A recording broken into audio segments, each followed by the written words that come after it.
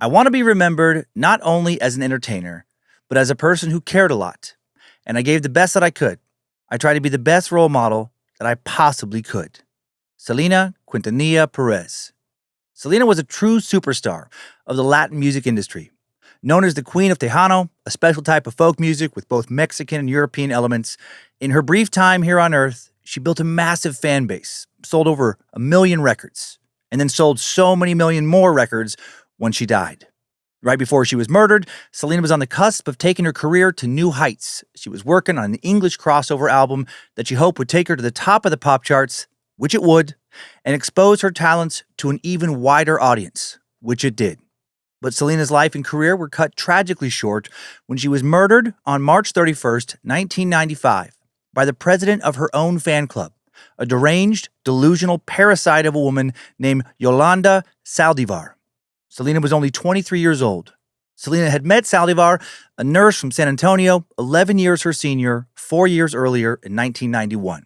Yolanda was obsessed with her from the very beginning, establishing and managing the Selena fan club, earning both the singer's and her family's trust, and eventually becoming Selena's friend and confidant.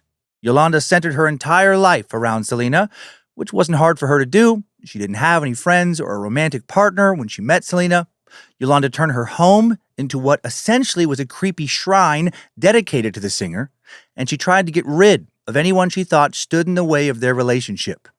All the while, Selena's biggest fan was stealing tens of thousands of dollars from her nonprofit fan club and later clothing boutiques. When she finally got caught, instead of admitting what she had done, she just kept telling Selena lies and making up excuse after excuse as to why she couldn't hand over her financial documents that she'd stolen that Selena needed for her annual tax return. When Selena went to a Corpus Christi days in to get those documents, she and Yolanda got into a heated argument. Exactly what was said is unknown. All we have is Yolanda's version, and over the years she has proven herself over and over again to be a liar. But we do know how it ended, in gunshots.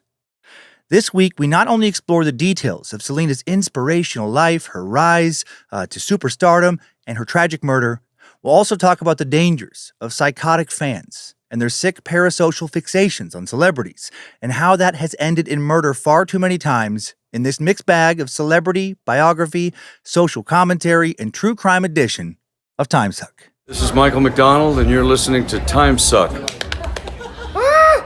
You're listening to Timesuck.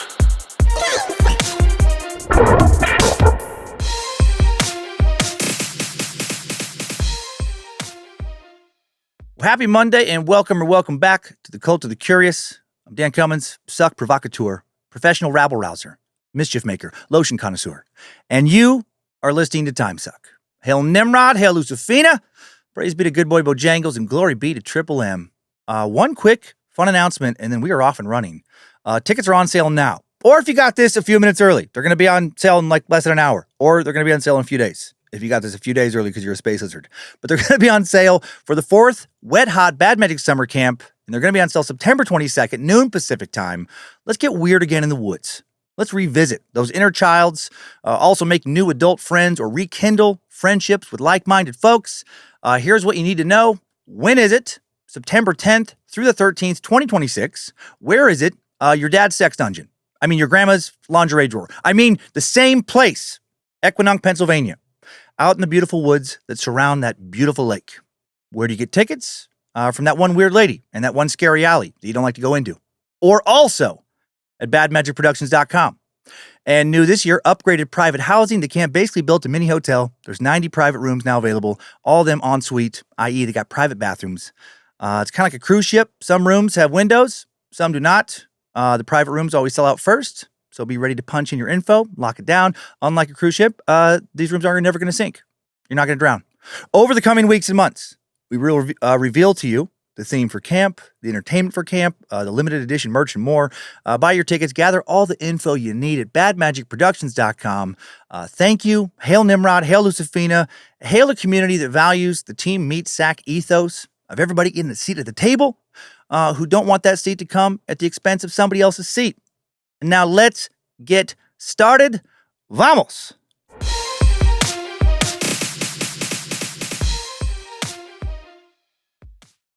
Actually, before I say anything, I'm just going to say this to get it out of my own head. No one would probably have noticed, but I will think that you all noticed if I don't say this. Sometimes when I eat acidic foods, I get these little canker sores in my mouth, and I got one. I really wanted spaghetti, and red sauce sometimes fucks my mouth up, but I wanted it anyway. And I ate it, and I just have a little tiny sore on the tip of my tongue. It feels kind of like when you have a little piece of food there, but it won't come off because, it's part of my body. And it feels like it makes my lisp, which I always have a touch of, even worse. Okay. You're probably like, I don't fucking hear it. But I feel better now. Here's how we're laying this biopic out today. First, the entire first half of this episode will be, doing this for the first time, recorded all in Spanish.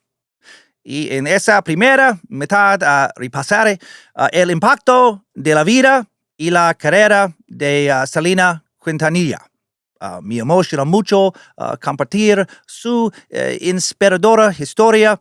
Lo hizo muchísimo con solo 23 años. Y en realidad su carrera musical duró solo unos años. Demostró cómo se puede influir en la vida de millones de personas y un periodo muy breve. For real, no. I know I fucked a lot of those words up, but maybe I didn't fuck them up worse than I fuck up a lot of words in English. Anyone listening for here any length of time knows that I don't speak any language fluently. I'll start today by touching on the impact of Selena Quintanilla's life and career, followed by an overview of the spectrum of celebrity obsession, which can easily become very toxic, very dangerous, sometimes fatal. Then we'll cover the full timeline of her life, how she met Yolanda Saldivar, that fucking human turd, the murder case, and the trial that followed. Here we go. Aquí vamos. Vete a la mierda. Sorry, the last one was too much. I just got excited. In her 2010 story on Selena's life, the former executive editor of Texas Monthly, Pamela Koloff, wrote, quote, at the time of her death, at the age of 23, Selena Quintanilla Perez was many things to many people. Cultural icon, role model, sex symbol. Yet to many Anglos, she was a complete unknown. Pinche gringos! ¿Por qué nos cuesta tanto salir de nuestra zona de confort? Actually, I graduated high school in 1995. Fucking no clue who she was. Had never heard of Selena. And that was the year she died. By the age of 10, Selena was the lead singer in her family band Selena y los Dinos. They performed Tejano music, described by the New York Times as a modern version of European and Mexican-influenced polkas, spiced with twanging country guitars that is a passion amongst Hispanic communities in the Southwest. The band started producing music in the 1980s. Selena soon started topping the Latin music charts.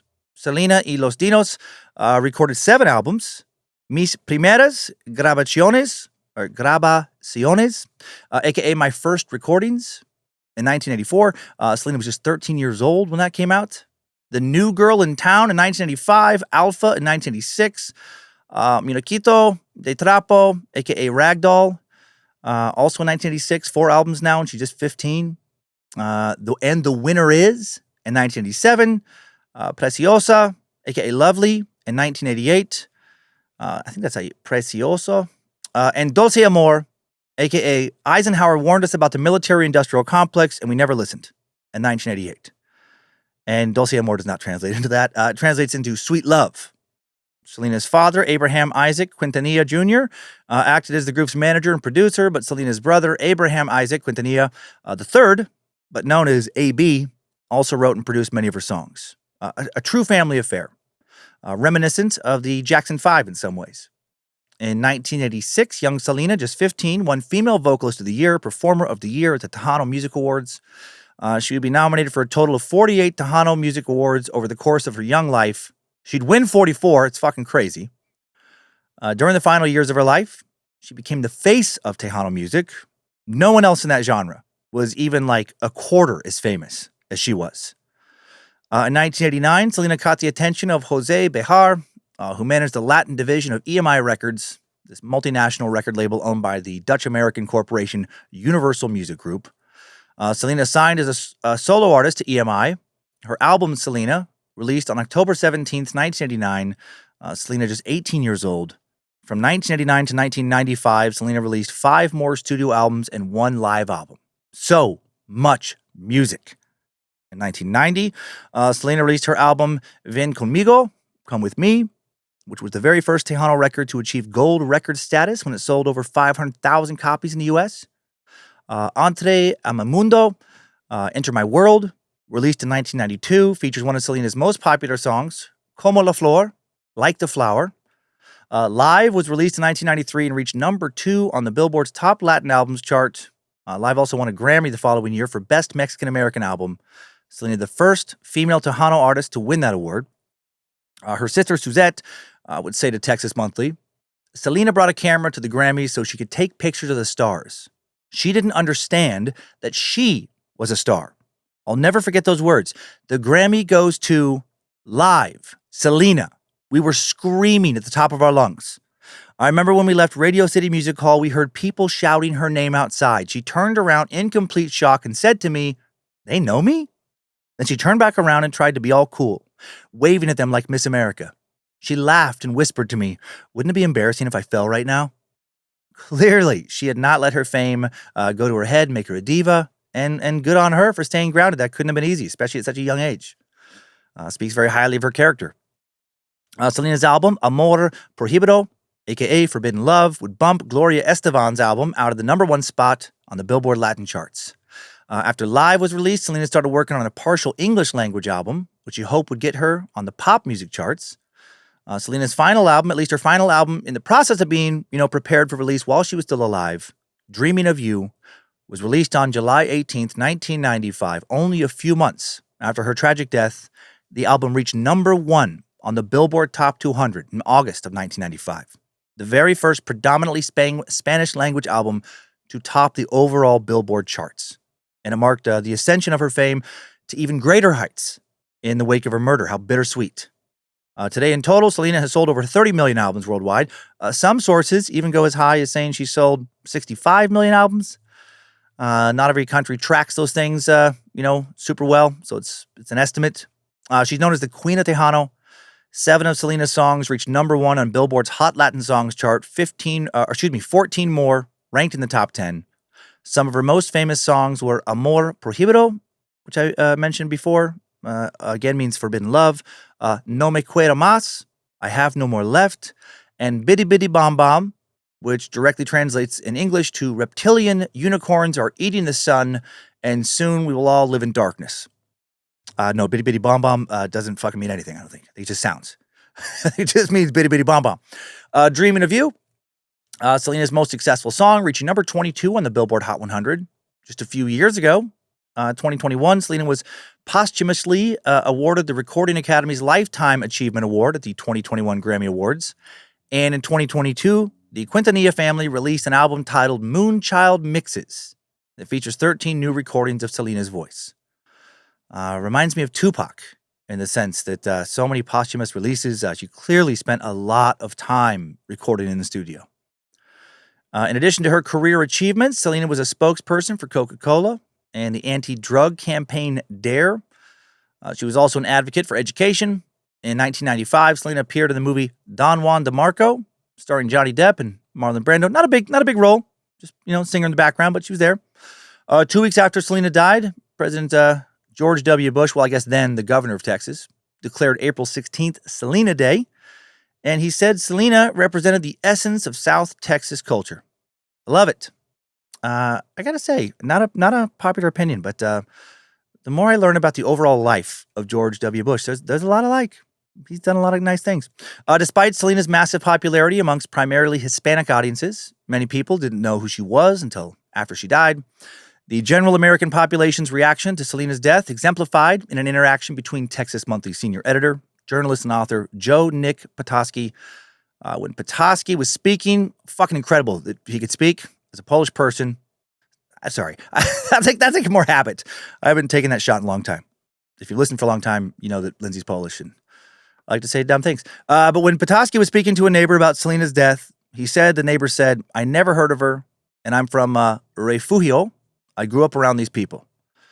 Petoskey wrote in his piece about Selena, to these people, the 5 million Texans of Mexican descent, March 31st was a darker day than November 22nd, 1963, when Kennedy was assassinated. To those people, Selena was more than a celebrity. She was an icon. Her status as an entertainer who was a millionaire at age 19, her positive personality, her devotion to God, family, and home, and her willingness to talk to kids about staying in school and avoiding drugs made her a hero to brown-skinned people, especially Hispanic girls who had precious few role models. Petoskey added, her music validated the cultural duality of the majority of her fans, proving you could embrace the traditions of the land you came from, while still being hip and modern. Like most Mexican Americans who have assimilated into the mainstream, Selena's first language was English, and yet she opted to sing in the native language of her parents, proving that who you are and where your family came from are sources of pride, not sources of shame.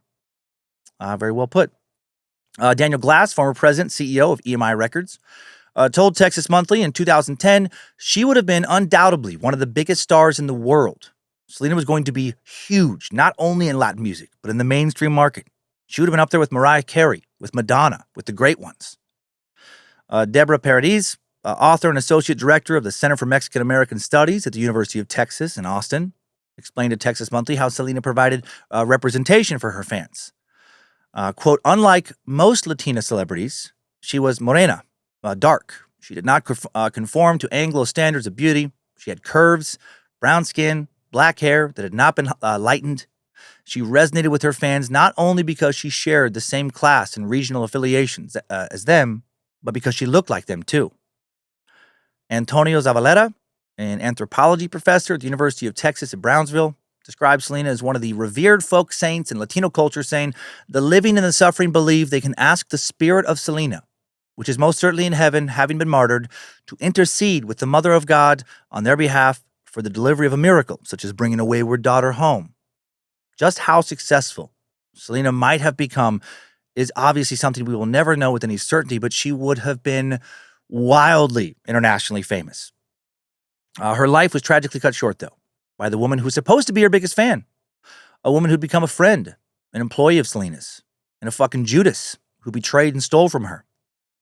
Now, before we really dive in and talk about Selena's life in detail and look into how she became involved with Yolanda Saldivar, let's discuss the concept of celebrity worship in general, like the dark side of it. Selena Quintanilla, sadly not the only celebrity, murdered by an obsessed fan. December 8th, 1980, John Lennon shot outside his apartment in Manhattan by a huge Beatles fan, or, guy who at one time was a huge Beatles fan, Mark David Chapman. Chapman had asked Lennon for an autograph, and then several hours later, came back and shot him. And Lennon gave him that autograph, by the way. Signed a copy of his album Double Fantasy on the evening of December 8th, 1980. So why did he kill him then? Well, in short, because he was fucking crazy. Around 5 p.m., on the day Lennon died, Lennon and his wife, Yoko Ono, gonna be nice to her today, were leaving the Dakota apartment building located on the Upper West Side of Manhattan, where they lived for a recording lived to go to a recording session at the record plant. As they walked towards their limousine, Chapman, then 25 years old, without saying a word, held out a copy of Lennon's album for him to sign. Amateur photographer Paul Goresh, standing nearby, happened to take a picture as Lennon signed the album.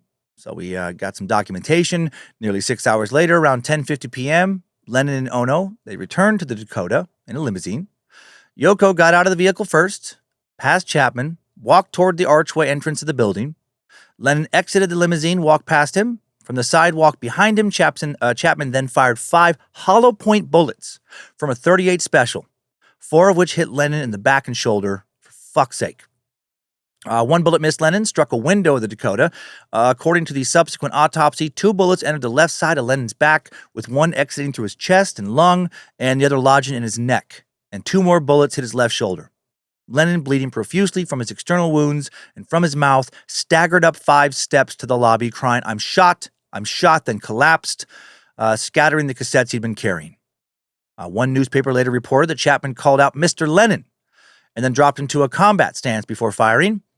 Then Chapman, that crazy motherfucker, sat down, took out a copy of The Catcher in the Rye, and just quietly read his book until the police showed up. 3 hours later, Chapman told the police, after apologizing to them for ruining their night, he said, I'm sure the big part of me is Holden Caulfield, who is the main person in the book. The small part of me must be the devil. Yeah, he'd been reading that book over and over and over and over, as a mentally well person does, for several years.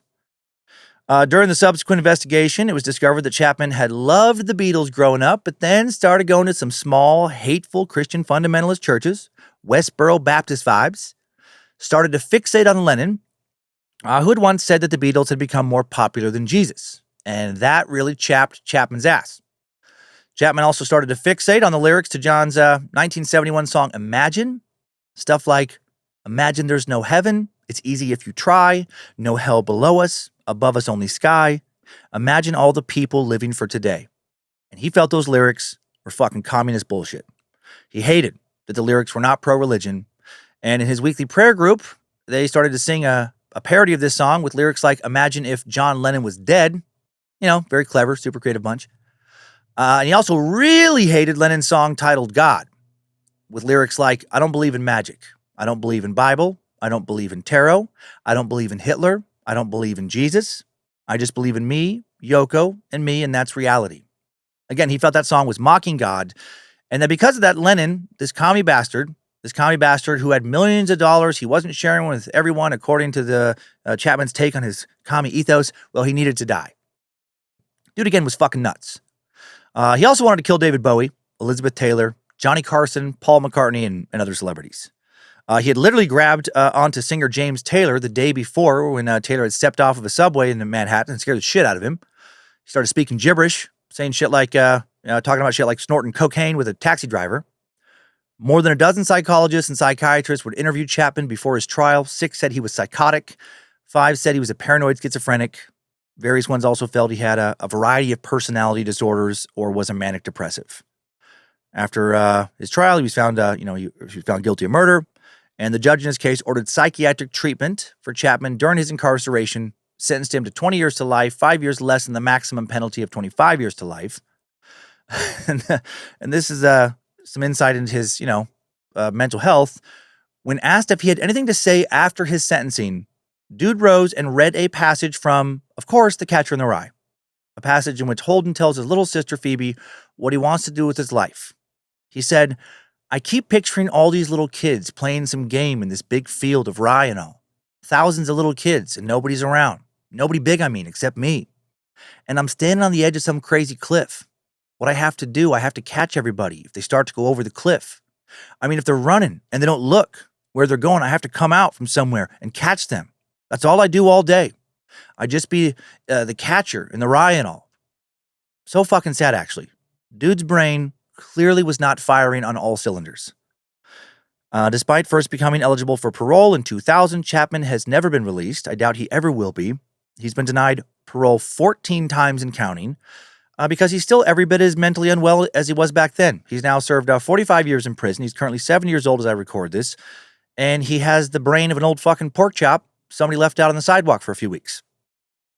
There's also the execution of Darrell Lance Abbott, known by his stage name of Dimebag Darrell, lead guitarist, co-founder, along with his drummer brother, Vincent Paul Abbott, a.k.a. Vinnie Paul, of the highly regarded, wildly influential metal band Pantera, and then later Damage Plan. And on December 8th, 2004, a 25-year-old huge Pantera fan named Nathan Gale went to Damage Plan's concert at the Alrosa Villa nightclub in Columbus, Ohio. Damage Plan was the new band formed by Abbott brothers after Pantera had broken up the year before, and it seems that Gale, pretty fucking pissed off that Pantera had broken up, may have blamed Dimebag for the split. He rushed up on stage after sneaking into the venue, in part by scaling a fence, snuck up behind Dimebag, holding a semi-automatic 9mm Beretta.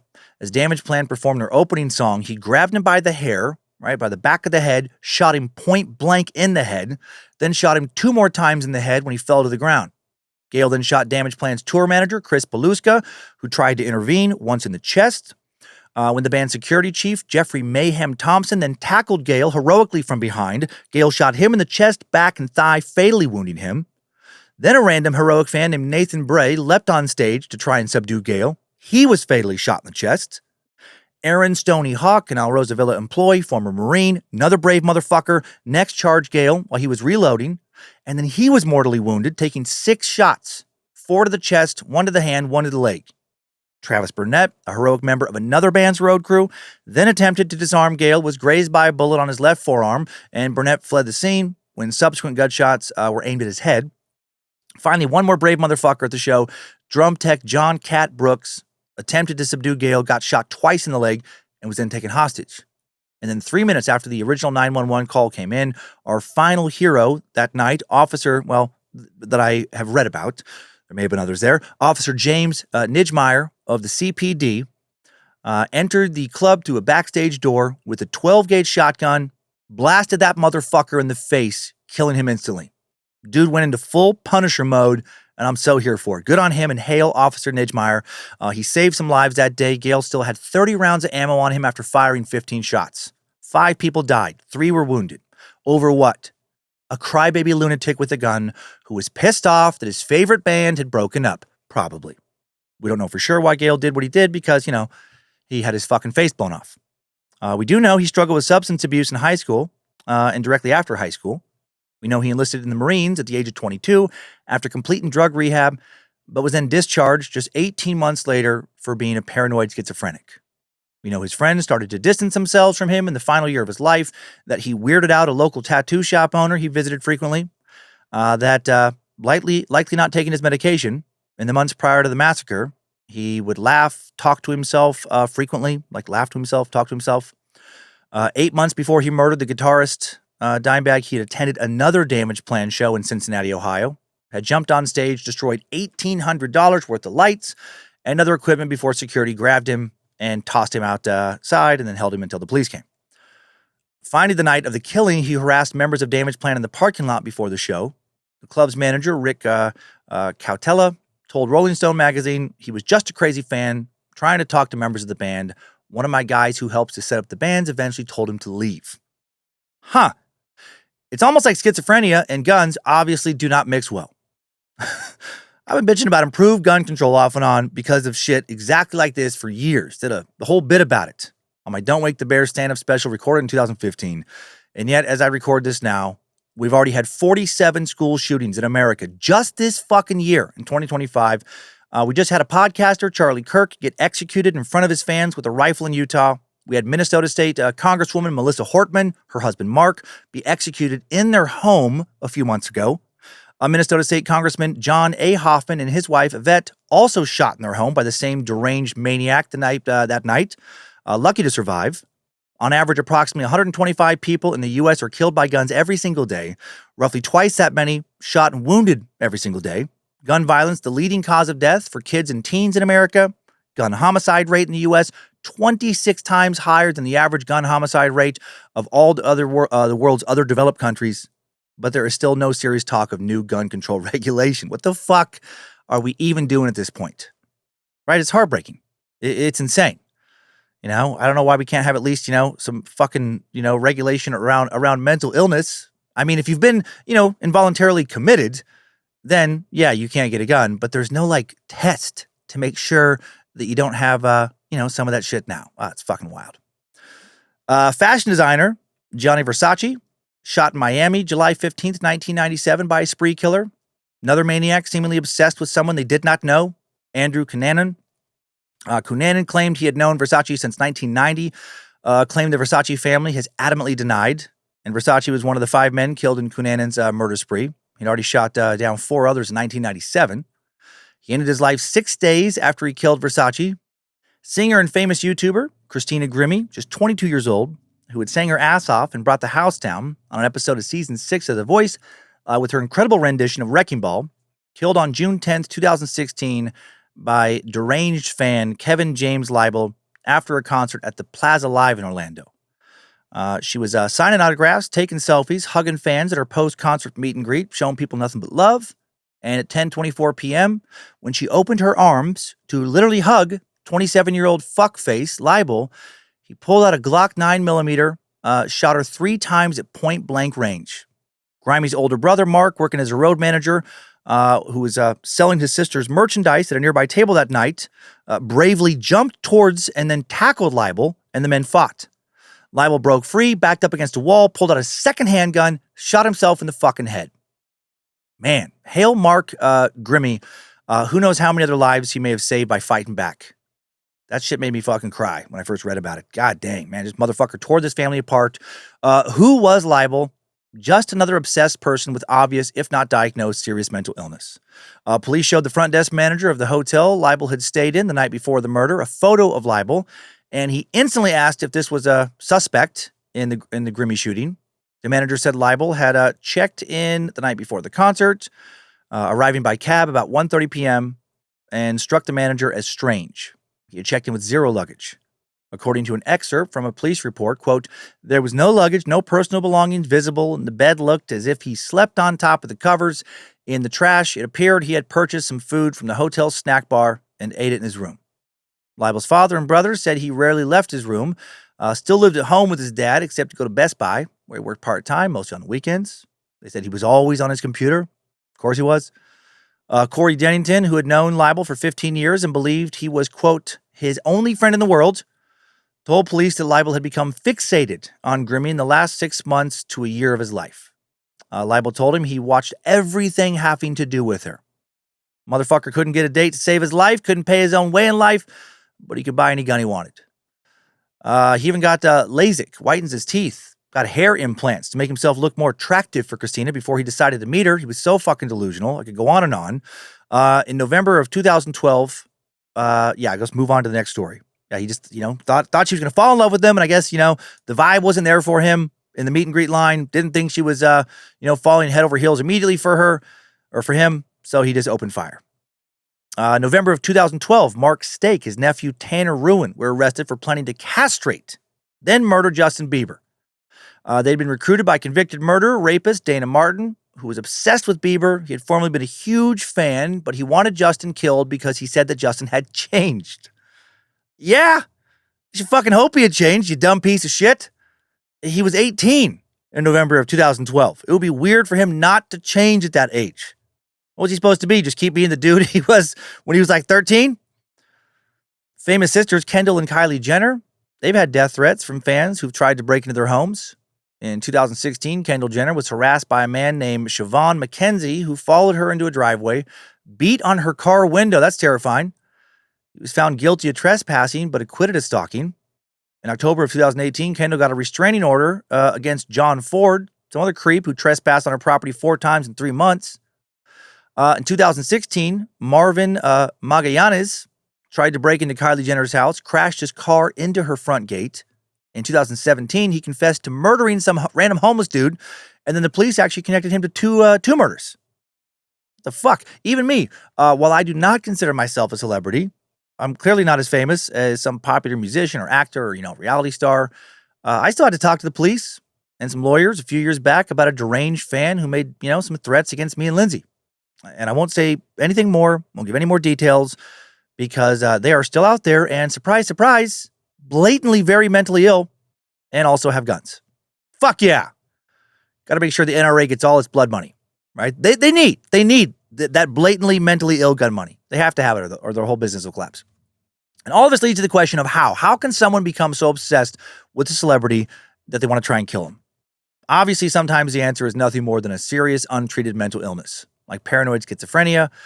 Some celebrity just happens to become the target of their irrational, delusional fixation. But another cause is something called celebrity worship syndrome, defined as, quote, an obsessive addictive disorder where an individual becomes overly involved and interested with the details of the personal life of a celebrity. The term said to be coined by researcher Lynn McCutcheon in the early 2000s, first used in the news in a Daily Mail article written by James Chapman, who was writing about the results of a study about celebrity worship by John Maltby and his colleagues.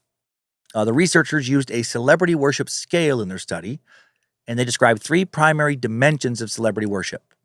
The first is the, quote, entertainment social dimension, which refers to individuals who are attracted to a celebrity because of their ability to entertain and how the celebrity can be a focus of conversation with others. The second is the intense personal dimension, which refers to individuals who have intense and compulsive feelings about a celebrity.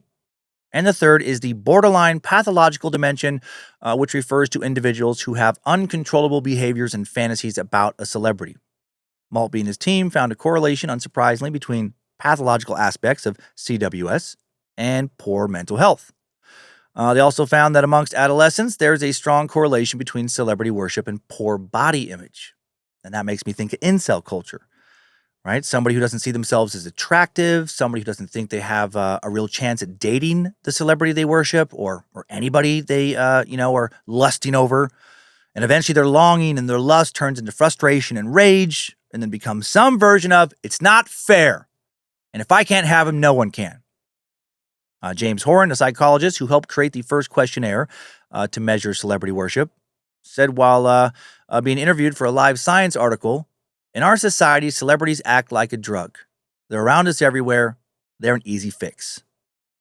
That's interesting. People getting the dopamine spike maybe from content created by somebody they enjoy, admire, lust after, whatever. Then eventually they need a bigger rush. They go to a concert, some kind of appearance. Then they need a still bigger rush. They go to a meet and greet. They have a physical interaction. They get a selfie. They get a hug. Maybe they do that several times, but they want more, something more personal. And when they don't get more, when they experience some form of rejection, they get fucking pissed.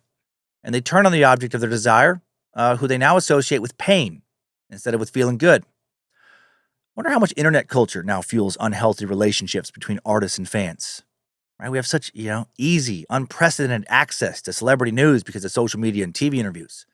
And celebrity interviews and social media can easily lead to parasocial relationships, one-sided relationships where a fan feels like they truly know a celebrity, that they're truly friends. While these parasocial relationships may have intensified and become more common in recent years, researchers believe that the concept of paying attention to what, famous people are doing actually goes back to ancient times. Evolutionary psychologist Daniel Kruger told a Live Science journalist that even hunter-gatherer societies, had social hierarchies, and that it was likely common to fixate on what high-status individuals or the perceived cool kids were doing to increase one's chances of joining that desired group of people. James Horan has described celebrity worship as existing in a continuum, saying the bad news is there's a stalker in all of us. And that makes more sense to me. I relate more to that than I would like to admit. I may have, maybe for years, back when I was younger, back in college, listened to Fiona Apple's first 2 albums to go to sleep to hundreds, if not thousands of times. and then maybe I would also fantasize, about us meeting up. We meet one another somehow, and we really hit it off. And she is just as into me as I'm into her, and we become lovers, and we become best friends. Hail Josephina. Maybe I have masturbated to some of my Fiona Apple fantasies, and in my head, maybe I hoped I would somehow again run into her, and I would play out in my mind what I would say to her, and blah blah blah. Kind of embarrassing to think about now. Definitely embarrassing. But I have for sure had fantasies about celebrities. Fantasies my therapists have said are perfectly fucking normal and healthy. Don't you shame me. Almost everybody does this to some degree. And almost everybody, myself included, I promise never bother you, Fiona, even though I still think you're very fucking cool and wildly talented and just as beautiful, but I'm happily married. And even if I wasn't, I would not impose my weird energy on you. Anyways, almost everyone recognizes that their fantasies are nothing more than that, just fantasies. Fun, escapist things to think about. Products of an overactive and maybe sometimes horny imagination. Most people can also keep their inner stalker somewhat in check. Lots of people use celebrity news as a form of healthy escapism in ways that are never going to fuck up anybody's life. But some people, some people can't. Some people just don't fucking get it in life in general. We all know that. Some withdraw from their real lives. They obsess over celebrities. They allow them to consume their thoughts. And in the borderline pathological stage of celebrity worship, people start to believe they actually do have a close relationship with this person they've never met, outside of maybe getting a quick autograph or a selfie. People who do this, they are most likely to experience, high levels of celebrity worship during an identity adjustment. Like they just went through a divorce, other kind of relationship problems, maybe a job loss, maybe a recent death. And this is likely why young people are more susceptible to celebrity worship, because they tend to experience, more change, more turmoil than older people who are living, on average, more settled lives. Okay, now, with all this background and context established, with TMI regarding Fiona Apple, let's jump. Just forget I ever fucking talked about it. Let's jump into a timeline of the life and murder of Selena Quintanilla. Ella era un ser humano increíble. I think I said that horribly, but she was an incredible human being. I'm going to hit this button now. Strap on those boots, soldier. We're marching down a Timesuck timeline.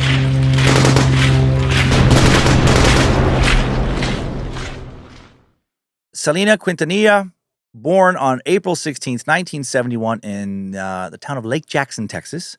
Parents are Abraham Quintanilla Jr., Marcela Ofelia Zamora. Her father, born February 20th, 1939, to parents who both worked in the agricultural industry, migrant workers, helping with harvests.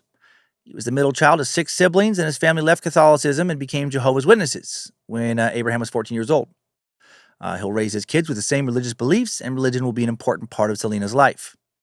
Abraham dropped out of high school his senior year to pursue his own career in music as a vocalist, just like Selena. In the 50s, he sang with a band called Los Dinos. Or is it Los Dinos? Dinosaur bones, yeah, we want to see them. Dinosaur bones, yeah, where can we see them? It was right there. I mean, sure, it actually loosely translates into the guys, but I felt compelled to finally play that. Me encantan los dinosaurios. 1956. Abraham had heard Los Dinos performing at a high school dance, asked if he could join. Ballsy. It was perfect timing, though, because one of their lead vocalists was quitting. So Abe auditioned, and he earned a spot as a third vocalist. The Dinos were popular regionally with listeners of a local Corpus Christi station, but they could never break into the top 40. But they did become more successful when they switched from doo-wop to Tejano music. And now Los Dinos, the band Abe's daughter will front later on, played in dance halls all over the U.S., primarily to a Hispanic crowd. Give you a little taste of this kind of music.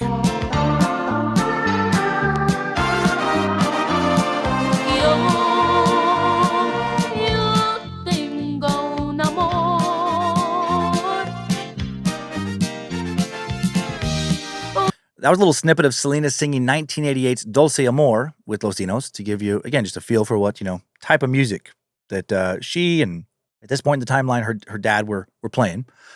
Can't find any old tracks from Los Dinos from the 60s or 70s, but here is Latin Breed featuring Jimmy Edwards singing Yo Lo Comprehendo in 1974. So this is probably akin to what, her dad was playing around the country. It's very fun. It's very hard not to bop your head. Just kind of bounce to this music. Right? Anything that's polka-based in some way. I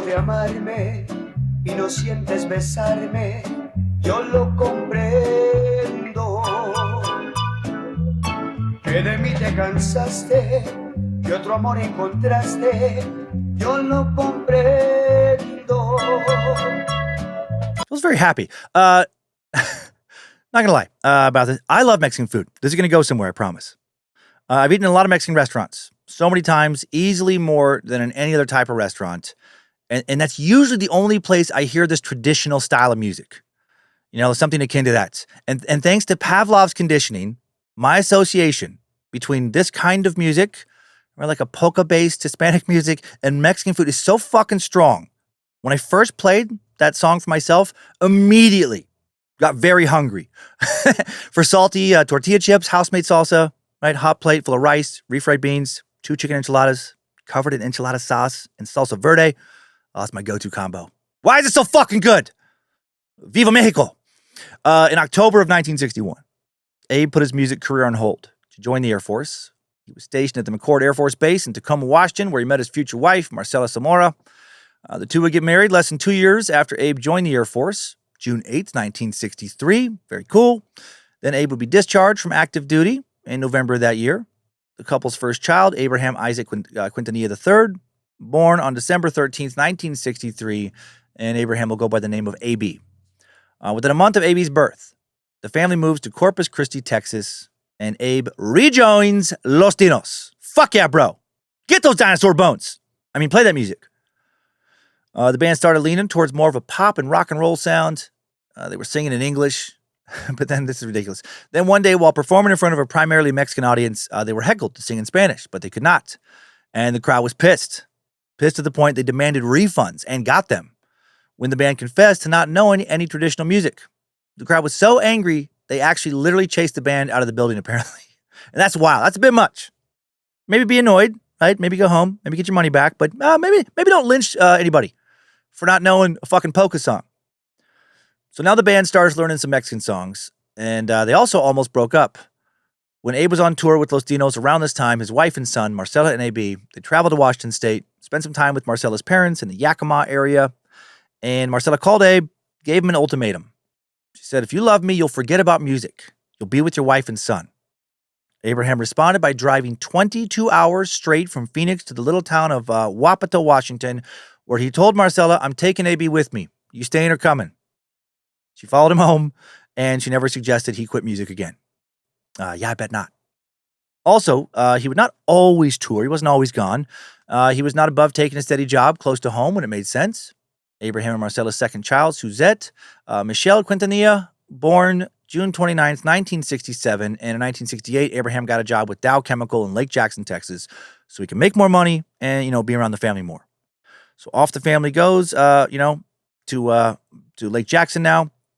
And doing that just about broke Abe.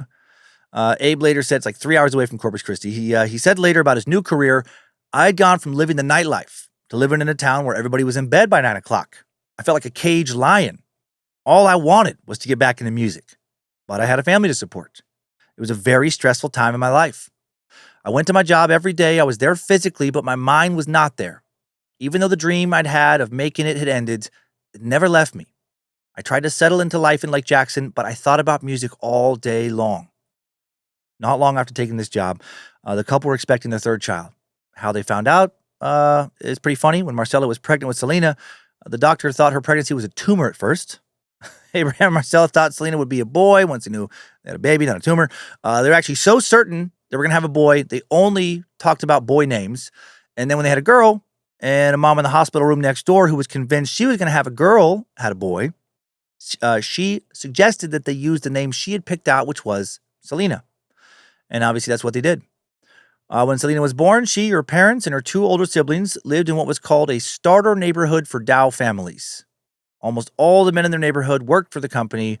And in this neighborhood, which was primarily white, Selena and her siblings did not grow up speaking Spanish, only English. Abraham would later have to teach Selena to sing in Spanish phonetically, and Selena would not learn how to speak Spanish fluently until she was a young adult. A.B. Quintanilla would say about their childhood in an interview with Texas Monthly, "There were no Mexicans where we grew up. We didn't speak Spanish, and we weren't raised on Spanish music.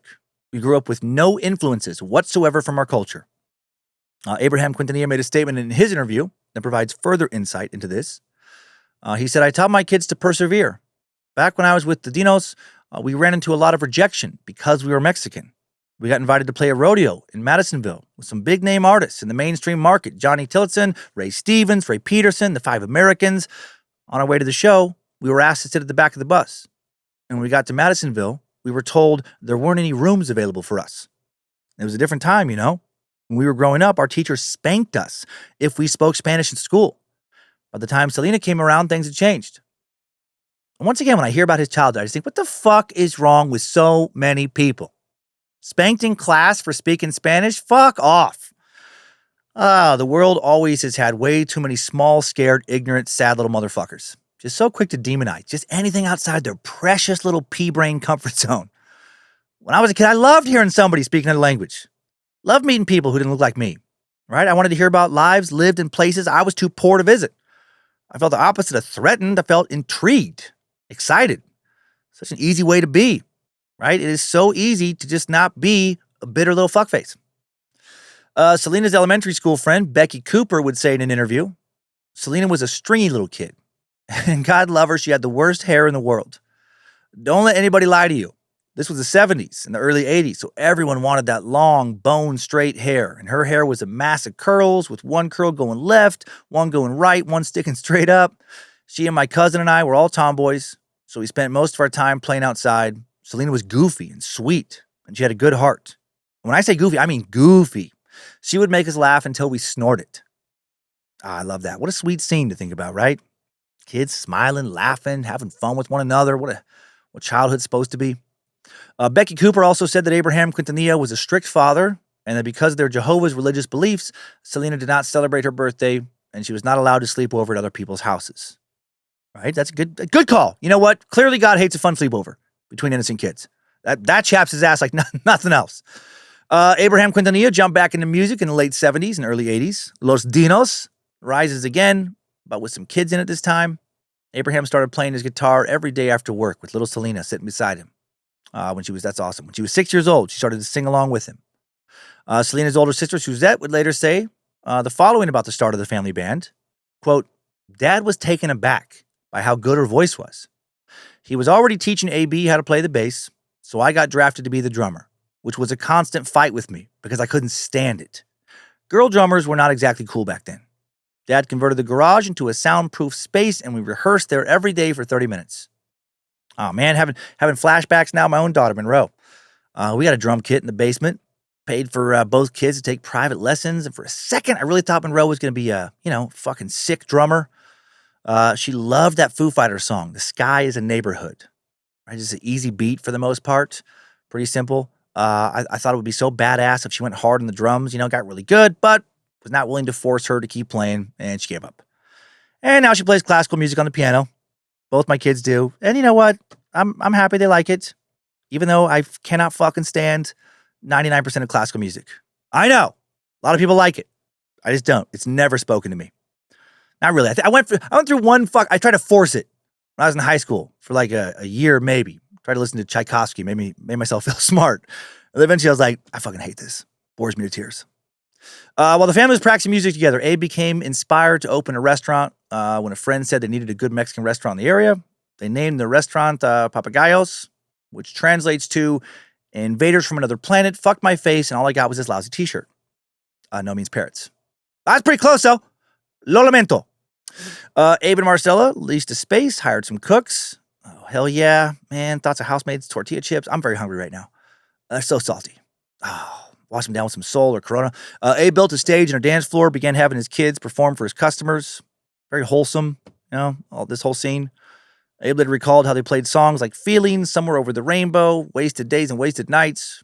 Suzette would say later that she and AB did not like performing at the restaurant at fucking all. Maybe not quite as wholesome as I imagined. Maybe forced child labor. Still kind of cute, though. AB was in high school at the time. He was embarrassed because kids from school would come to the restaurant, eat with their families, and he would be teased later. Little Selena, however, she loved it. Rena Dearman, a friend who joined them sometimes, would play keyboard and sing backup vocals for the family in the early 80s. Said that Selena was a complete natural, had it from the very beginning. The restaurant, Papagayos, very successful, so successful that Abe was able to leave his job at Dow. Right? Awesome. They took a risk and it paid off for a little while. But shortly after he did that, the U.S. experienced a recession, and the restaurant took a huge hit because people stopped eating out as much. They couldn't afford it. The family lost their business, and because they lost their business, they lost their home as well. According to Suzette, Abraham now started taking them to the grocery store late at night so no one would see them using food stamps. He was just so embarrassed. He was ashamed. In 1982, the family moved back to Corpus Christi looking for work opportunities, and they all stayed in one room in Abraham's brother's house. Damn, just tough-ass times. They were just one more thing going wrong away from being homeless. In total, there were 13 people in the house, a house that had one bathroom. So, a lot of cold showers. So much, ¿cuántas veces puede una persona defecar en un día? How many times can one person take a shit in a day? Abraham went to a different chemical plant in Corpus Christi to look for work, and then another, and was continually told he was overqualified, which he believed meant he was too old for them to want to invest any time and money into. He was now 53. Suzette later recalled, one time Dad took us to a garage that belonged to my Uncle Isaac. It was in a really bad part of town. There was a lot of street people walking around, and the place was filthy. The floor was covered in oil stains. Dad said, look, we can fix this up. We can live here. Honestly, I couldn't see a dog living there. We all started to cry. Then Dad started to cry. He had this expression on his face that was indescribable. You know the pride that a man takes in providing for his family? His pride was gone. He looked defeated. That's when it hit home how bad things were. Damn, 53 years old. Can't afford to live somewhere that doesn't make his kids literally cry. That had to have been so hard on the soul. Abraham, Marcella, and their kids agreed that they would now try to make their family band successful, marking the official start of Selena y los Dinos. It wasn't just about having a fun outlet anymore. It was about survival. Imagine having your back up against the wall like that. My low point that way hit when I was 40 years old, when I didn't know if I was going to be able to pay some taxes after fucking up, not factoring in how much I owed the IRS. At 53, it would be so much more painful. And I at least had not lost my house or my business. I mean, it was looking grim, but not that grim, man. This family has grit. Abraham booked them any weekend gigs he could find now. He eventually pulled Selena out of junior high, had her do correspondence courses so they could travel, take gigs, wherever those gigs presented themselves. Selena didn't mind. She knew her family needed this. She loved it. and it was working. Within just a few years, by the mid-'80s, they already had several regional hits, cassette tapes passed around via word of mouth. They were traveling around the country. AB said they were playing all sorts of venues and events. If somebody wanted us to play and they had money, we went. That's code for we did a lot of shitty gigs, and I feel that. Oh my God, when I was first starting in stand-up, I once took a gig in a Mexican restaurant. No stage, no mic, no fucking lights, all ages. It was literally a kid's birthday party. The parents were friends of the owner. I did 30 minutes of material I did not have, standing in a restaurant with my back to other people just trying to eat who did not want to show. Took another gig one time in a literal barn out in the middle of nowhere in rural Washington, performing for less than 10 high school football coaches, one of whom was a big stand-up fan. Others could have cared less. Were those gigs fun? Fuck no. They were painful, humiliating, but they paid. I think I got $75 for the Mexican restaurant birthday party. Maybe like $350 for the barn, something like that. The Quintanilla family, they got creative, with their stage setup at a lot of their early gigs. When they were able to set up a stage, they made some lights out of peach cans with colored gels inside. Used light switches, for different effects, which were run by Marcella during the shows. Everybody in the family working together. Abraham spoke with promoters he knew from his career as a musician, but he was told that no one wanted to see kids perform. He could only book low-paying gigs in the early years. The kids played in damn near empty venues on many occasions. Man, empty venues, I fucking feel that too. Weirdest gig I did that way. There was a couple that were very close to this, but I think the worst was at Winners Hotel and Casino in Winnemucca, Nevada. I had a 30-minute set on a dance floor. The guy after me had to do 60 minutes. It was even worse for him. There was one dude in front of us. One audience member, asterisk. He was at least 50 feet away, and he was not paying attention to the show. He was playing video poker at the bar with his back to us. Literally not watching the show. It was just truly like you were just up there talking to yourself. Sometimes the kids felt discouraged. Of course they did. But Abraham would tell them after a tough show, he just said, going into a tough show, play your hearts out, win over the people who are here. Next time we come through, they'll remember. They'll bring their friends. And that's a great attitude to have. He wasn't wrong. The Quintanillas decided to focus on the Tejano music market because Abraham knew it better than anything else. But the kids did not like Tejano music, and none of them spoke Spanish. So now Abraham had to work with Selena, their vocalist, on teaching her how to sing in Spanish at least. She had to practice her pronunciation all the time. He would have to translate songs for her. Abraham would sit in the recording studio, correct Selena over and over on how to say this or how to say that until she got it just right. In order to bolster the band's image, make them look more legit, Abraham purchased a tour bus. Maybe not a great one. It was all they could afford, a 64 Eagle that the family named Big Bertha. This bus had no heat, no AC, needed frequent repairs. It's like a movie. Suzette said years later, life on the road was fun, but we missed out on a lot. If we went to a school dance, it was because we were the entertainment. Me and Selena would talk about guys between sets, like, oh, did you see that guy in the front? Oh, wearing the blue shirt. He was so cute. After the performance was over, when guys would come up and ask for autographs, Dad would tell us straight to the bus. Abraham later admitted, I kept them on a short leash. Fans would come up to me in every town we played and say, hey, after the dance, can the band come over to my house? No, there was none of that. I made sure the kids were always with us. You know what? And good for him, being a protective dad. And that was life for the family, for about 4 years. Grinding shit out, city to city, good gigs, bad gigs, but they were always together. And they had money for food and money to keep the bus moving along. And then they got to hear themselves on the radio. In 1986, A.B. Quintanilla wrote the song Dame un beso, Give Me a Kiss, which was played on Tejano radio stations in both Mexico and the U.S., and in that same year, Selena would win Female Vocalist of the Year at the Tejano Music Awards in San Antonio, Texas. They're getting some recognition, getting a bit more money. Then in 1988, to get their first big payday, when 17-year-old now, Selena, signed a 1-year contract with Coca-Cola for $75,000, equivalent to a little bit over $200,000 today. She was featured in English and Spanish ad campaigns across the country. And now more people they're seeing her, they're hearing about her music. Tejano music is becoming increasingly popular because of Selena y Los Dinos and some other Tejano groups, but mostly due to Selena y Los Dinos, which led to some major record labels opening some new offices in Texas. And the next year, in 1989, Selena y Los Dinos signed with EMI Records. Jose Bejar, who I mentioned earlier, the former president, CEO of EMI's Latin division, would tell Texas Monthly, I signed Selena y Los Dinos on the basis of one performance. A colleague and I saw her at the 1989 Tejano Music Awards. I immediately knew there was something magical about her. She was 17. She already knew how to captivate a crowd. Yeah, people noticed Selena. not only because of her talent, but because of her natural beauty. She was basically a model too, and also her signature style. And they're just, that it factor. She just seemed like a good person. Regarding the style, Suzette said about Selena's stage outfits, this was the age of Madonna, Janet Jackson, Paula Abdul. Oh my God, I remember that age. Fucking, talk about another crush. Talk about another fucking stalker inside. I used to think for a little while about young Madonna, maybe a little while about Paula Abdul, but for quite a while about Janet Jackson. My fucking God, she was just a smoke show when she was young. And I had crazy delusions about starting a life with Janet Jackson. Yeah, just some fucking dipshit little white kid from small town Idaho. Janet Jackson's gonna see me and be like, you, you're the one I want. But anyway, she said, this was the age of Madonna, Janet Jackson, Paula Abdul, bustiers with black leggings, a big belt, and boots. That was the look. Selena would start off a show wearing a bustier with a denim jacket over it, and gradually she would lose the jacket, but she always kept it tasteful. She was never descarada, cheap looking. Selena's designer, Martin Gomez, she's got a designer now, said that Selena used to make her own bustiers with Victoria's Secret bras and Swarovski crystals. And now the dynamic of the family band changed. Selena was clearly the star that everybody wanted to see. She was the one drawing in the crowds. Jose Behar told her father, the world wants Selena. They don't want Selena y los Dinos. Selena understood that she needed to evolve. Her dad, Abe, furious. He asked Jose if he's trying to break up the family band.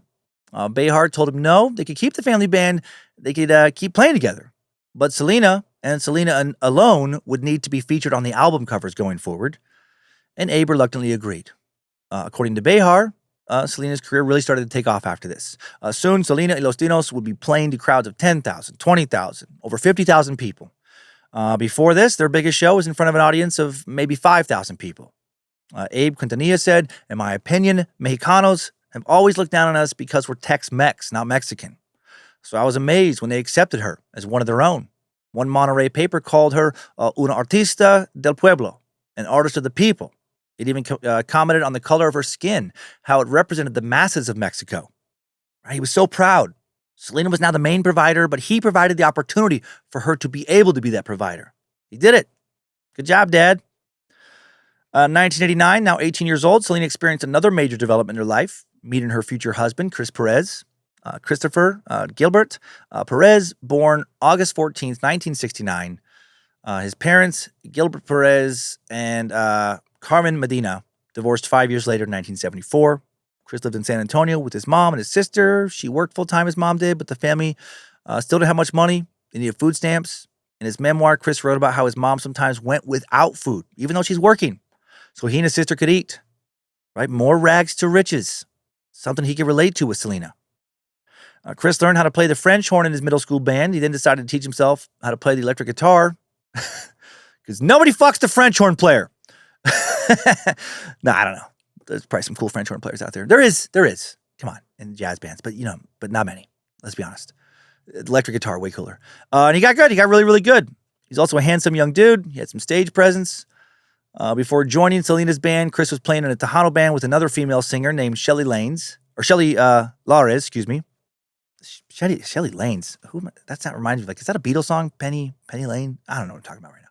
Anyway, Shelly and Selena were friends because they were two of the very few women in a very male-dominated Tejano industry. Shelly asked Chris to listen to Selena's new album, Preciosa. Chris was impressed by the music and, of course, by Selena's beauty when he saw her picture on the album cover. Chris also knew to Tejano music. He wrote that as a kid, it was, quote, the only music I seriously hated. His dream was to start I bet his parents listened to it, and he's like, shut the fuck up. His dream was to start a hard rock band in Los Angeles, kind of like early Motley Crue, glam rock vibes, but he felt he had to be realistic. He was living with his dad in his apartment in San Antonio. He's working in his local library. His friend Tony Lares convinced him to join Shelly's band, telling Chris, they can make some money doing some dances and weddings. Better money than the library. And so he took a chance. He did it. Took the job, joined the band, got regular gigs around San Antonio, and soon they produced an album. Then a few months after the album had come out, Chris met A.B. Quintanilla, Selena's brother. He had heard it and liked it. Selena had a show in San Antonio, and A.B. and other members of the band came into Chris's recording studio. A.B. was looking for a guitar player who could really play Tejano music, but also help them cover rock and pop songs. He thought Chris was going to be a perfect fit. So he invites Chris and his band to Selena's show later that day, and afterwards, AB asked him if he wanted to play for Selena. I'm sure that his bandmates were like, fuck! But it was good for him.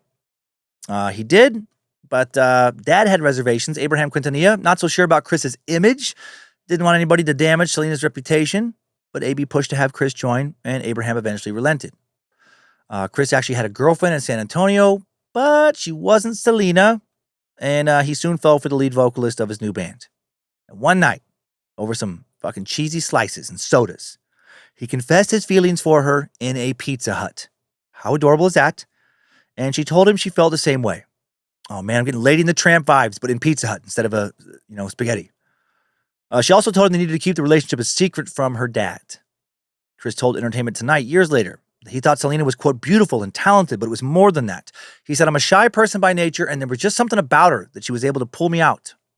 And now let's meet the main fucking psychopath of this episode. It's been very sweet for a little stretch, but now let's meet Yolanda Saldivar, who entered the picture in 1991. That year, Yolanda attended one of Selena's concerts for the first time in San Antonio, the 7th of April, at the Market Square. Selena is now 20 years old, Yolanda 31, just for some context. A few years later, Yolanda will say in an interview with the Dallas Morning News, Selena just inspired me with her talent, her motivation.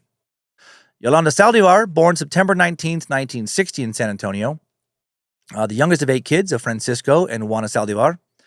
Her dad, who went by Frank, worked as a waiter. Her mom, Juana, a homemaker. They were a very poor family, moved often for financial reasons when they could no longer pay rent or utilities, which meant Yolanda was always changing schools. She became best friends with her brothers and sisters, the only other kids, she had consistency with. She was never a popular girl, but she did, I guess, have a boyfriend for 3 years at one point when she was in high school. She earned good grades, determined to do well in school. She graduated high school in 1979 and then actually went to college. Ended up taking care of her brother's 3 kids, who were placed in her custody by the court around the time she went into college. She loved her nephews and niece. They loved her. She worked as a nurse's aide to pay for school, to also help raise her niece and nephews, and, also help her parents financially. So, damn. She may have, used her hard lot in life, unfortunately, though, to justify taking what was not hers. In the early 80s, Yolanda was accused of stealing almost $10,000 from the office of Dr. Faustino Gomez, her employer. That case let her settle out of court, but she lost her job, of course. Then in 1990, she finally earned a nursing degree from the University of Texas Health Science Center in San Antonio. It had taken her, with all her responsibilities, 10 years to finish, and kudos to her for, pulling that off. She was proud. She should have been proud. First person in her family to earn a college degree. Whole family proud of her. Following her graduation, she took a job in hospice care, then worked the evening shift at the San Antonio Chest Hospital. One coworker interviewed after Yolanda's arrest said she took her job seriously. Her colleagues, at that point in her life respected her. Post-high school, though, but there were some signs that things weren't, going great. Post-high school, Yolanda rarely dated. According to journalist author Maria Celeste Arras, her last name's a little tricky for my tongue, Arras, author of El Secreto de Selena, Selena's Secret, she was so focused on work and family that, quote, she became a solitary soul with few close friends. Arras wrote that after seeing Selena perform, Yolanda Saldivar, it seems, had found something to be happy about. Like the truest of fans, she lost herself in her admiration for the talented and glamorous artist. Perhaps she was tired of focusing on her own responsibilities of family. Now she had something new in her life, someone who perhaps she wanted to imitate in some way. Uh-oh. Yolanda wanted to buy a souvenir to remember the concert, but there was no merchandise. And that was what gave her the idea for the Selena fan club. She claimed she called Abraham Quintanilla 3 times to talk to him about this after the concert. Not sure how he got his number. I'm guessing he was listed, as her manager somewhere. Maybe even like a old school phone book. He would later say that she called him at least 15 times. And eventually he agreed to meet with her, and they talked about establishing the Selena fan club. Yolanda would act as its president/manager, and it is important to note they agreed that all proceeds from the fan club were to go to charity, a detail that will become very important later in this timeline. Yolanda will not meet Selena in person for about 8 months, not until December of 1991. During that time, while she set up the fan club, Yolanda continued working in nursing, also kept helping her parents out, actually let them move in with her. Then in 1992, her house was destroyed in a fire. She did not ask the Quintanillas for assistance when that happened, possibly because she didn't know them well enough yet. But obviously, that's going to create some additional financial pressure and desperation. Must have been odd to have so little and to now be working to help someone who already had so much and to now be paid for it. But that's the deal she made. But you can see how easy it would be for bitterness and resentment to start creeping in if she wasn't careful. Meanwhile, during this tough time for herself, slowly but surely, Yolanda is working her way into Selena's inner circle, earning the trust of not only Selena, but her family as well. They initially thought she was a nice lady, doing a great job running the fan club. And that fan club, pretty quick, had more than 5,000 diehard members. Also, as this club grows, Selena and Yolanda, they become actual friends.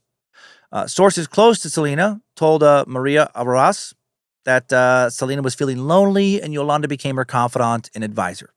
The two became so close, Yolanda eventually quit her nursing job to dedicate herself to Selena, and that's not good. That's not good because Yolanda, the timeline might be a little off. This might be when she works for these boutiques. I'll bring up later. But the fan club, not a paying gig, so if she quit when she was just at the fan club, that's crazy. Anyway, so Selena will send Yolanda cards expressing her deep gratitude for their friendship when she's on tour. She'll also send Yolanda cow-themed presents because Yolanda had a collection of cow figurines at her house. What Yolanda really wanted, though, was money. Also, what no one seemed to realize during this time was that Yolanda was developing a very unhealthy obsession with Selena. It would take a little bit, a year or so, before people really started to see it and complain about her problematic behavior. Abe was growing worried about his daughter's safety in general as her fame grew. He told her he did not like her going out by herself, but she would tell her father, Dad, you can think all people are bad. I can take care of myself. Right? Tough, but, I get it. Meanwhile, Selena and Chris continuing their secret relationship while working and traveling with Selena's father in close quarters. Some of the band members, of course, soon figure out what's developing between them, including siblings AB and Suzette. They will try to keep the truth away from their dad, at least for a while. Abe later said about Chris in his Texas Monthly interview, I saw him as a threat. What if they got married and he pulled her out of the band? All of the work we did all those years will go down the tubes. I mean, fair. He's invested everything in the family band, but also this is not how life works. You can't control your adult children. Well, I guess you can, but you shouldn't. Suzette would be the one to finally tell Abraham, and I shouldn't say you can without adding sometimes. You can manipulate people, guilt people, but shouldn't. Anyway, Suzette would be the one to finally tell Abe about the relationship. They just finished a show in El Campo, Texas. Chris and Selena on a bus together, everyone else outside. Suzette comes onto the bus. She did not look happy to see them together and said, oh, God, before she rolled her eyes, walked off the bus. They had no idea she was going to Abraham. You fucking rat, Suzette. Siblings, mostly cool. But also, they often love to gossip or start shit with you when they're pissed. In the past, Suzette told Selena she would not say anything of Abraham, asked about Chris. But a few minutes later, Abraham came onto the bus, told Chris, meet me outside. Right? Big dramatic gulp. Abraham said to Chris, Suzette just told me that she walked onto the bus, saw you and Selena holding hands. I don't know what's going on with you guys, but whatever it is, it stops right now. And then he said, and one more thing. If you say a single word about this conversation to Selena, I will deny it, and she's going to believe me. And Chris just said, okay. Pretty fucked up. Things were, as you can imagine now, extremely tense. Chris was still trying to be with Selena while also trying to keep his job. Suzette and AB now barely spoke to him anymore. They take their dad's side. Abraham is following Selena everywhere she goes. Right? I'm sure her siblings, they're worried about losing the band if something happens. The young lovers now mostly seeing each other only when the band's not traveling.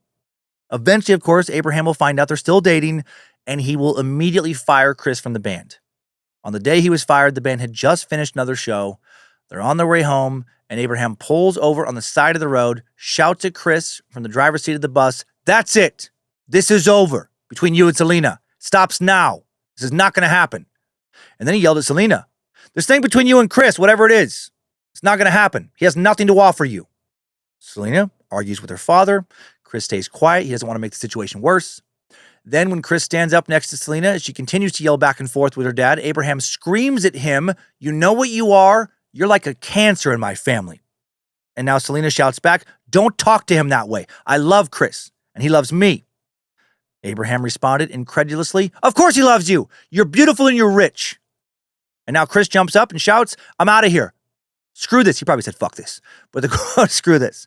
I bet he said, fuck this. I'll find my own way home. I don't want to ride in here anyway. Selena now begs Chris not to leave. She's crying. It's very dramatic. But he's already made his decision, saying, he's your dad, Selena. I love you, but this is too much stress for me. I have my family. This is yours. And with that, he marches out of the tour bus while Selena sobs. Everybody else is fucking quiet. Atmosphere, not fun.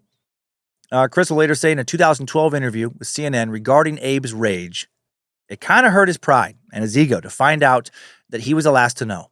When things got tense and things were said by him, it hurt me that he was saying it, but I didn't let it get to me because I knew deep down he knew the kind of person I was. Ever rebellious and in throes of passionate, all-consuming young love, the two, of course, continue their relationship. And they see each other as often as they can. Salve, Lucifina! And then, sick of dating in the shadows, Selena and Chris elope April 2nd, 1992. Yep, little girl's all grown up, Dad. Can't dictate her choices anymore. That's a tough transition in life. I'm getting used to it now with my son Kyler. And preparing for Monroe's transition to adulthood. She's going to turn 18 in just a couple months. She is so spirited and independent. I love it, actually. And I know I will not have shit to say in what she's going to do. Guessing I'll maybe be sometimes listened to as like an advisor. Maybe sometimes a shoulder to cry on when things don't go right. Who might risk death if I ever say, well, I told you so. Chris had come to Corpus Christi, seen Selena the night before their elopement. He was staying the night in a hotel nearby. That morning, Selena knocked on his door, told him, I don't want anybody to be in our way. Let's get married right now. Fuck yeah. You know, after that, they got it on. Ellos tuvieron sexo caliente. Toda la noche. Toda la noche, excuse me. Selena insisted they had an elopement, or that an elopement, was the only way they could be together. Abraham would never accept him if they planned a traditional wedding, but if he was her husband, well, he'd have to accept him. So they went to the courthouse the next morning and secretly got married. Chris is 22, Selena is 20. Media outlets quickly reported the marriage. That was actually how Selena's family found out what she had done through the media. Abe, as you can imagine, not overjoyed. But he felt forced to accept the couple, and he did. Selena's plan had worked, and Chris rejoins the band. Chris and Selena now have to figure out how they can have a happy marriage while working together and being around each other pretty much 24/7. I get that. You know, Lindsay and I around each other all the time, raising kids, running a business. The key to making that kind of marriage work, I think, is to get your partner to fucking fully submit to your rightful patriarchal authority. No questioning. No sass, no back talk. Just blind obedience. I have no idea what that would be like, actually. I'm pretty sure the key is mutual respect, compromise, giving each other space and autonomy when they need it, and, learning and accepting each other's love languages, and, make sure to stay sexually connected. Skin to skin, touch is important.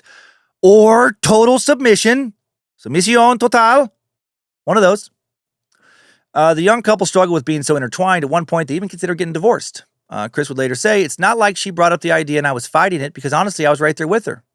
But ultimately, they worked out their differences and they decided to stay together.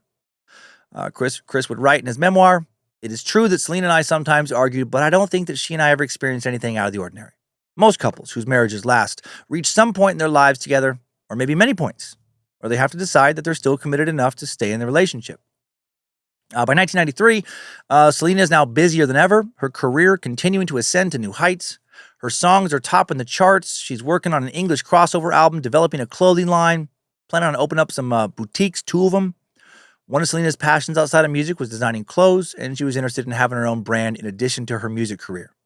That same year, her family founded Q Productions, an auto body shop turned recording studio in Corpus Christi. Her brother AB said, my dad kept us working hard, and that was a good thing because it kept us grounded. He never allowed anything to go to our heads. We'd have a number 1 hit, and his attitude was, so what? He'd say any clown can get to number 1. The question is, can you do it again and again and again? He set the bar high. I thank him for doing that because we never settled. But once we got to number 1, there was a lot of pressure on me as a songwriter to come up with another hit. I'd think, what trick am I going to pull out of my hat now? She became huge, so it was a huge responsibility. Around that time, the Beyonce, met Selena at the Galleria Mall in Houston. She later said in an interview with MTV that she didn't say much to her because at that point, Beyonce was not a celebrity. She saw Selena, who she admired, and just said hello, and, quote, kept it moving. It's pretty funny. 1994, Selena, now 23, opens her 2 boutiques called Selena, etc., one in San Antonio, another in Corpus Christi. The stores sold clothing that she was designing and also offered salon services. And because she appeared to be doing such a good job managing the fan club, the Quintanilla family decides to give Yolanda Saldivar more responsibility and an actual paying job. Abraham later said in an interview that he was the one who suggested Selena hire Yolanda to help run the boutiques. Yolanda became the manager of both of them, and now she's making a good living, earning more trust, getting more access to some of Selena's business checking accounts, which is fucking crazy, or I guess getting access for the first time to her business checking accounts. Even giving a key to Selena's home in Corpus Christi, where Selena and Chris lived next door to Selena's parents. Now, others really start to notice some red flags about Yolanda, but Selena seems blind to it. Yolanda became, quote, dangerously obsessed with Selena now, according to Selena's designer, Martin Gomez.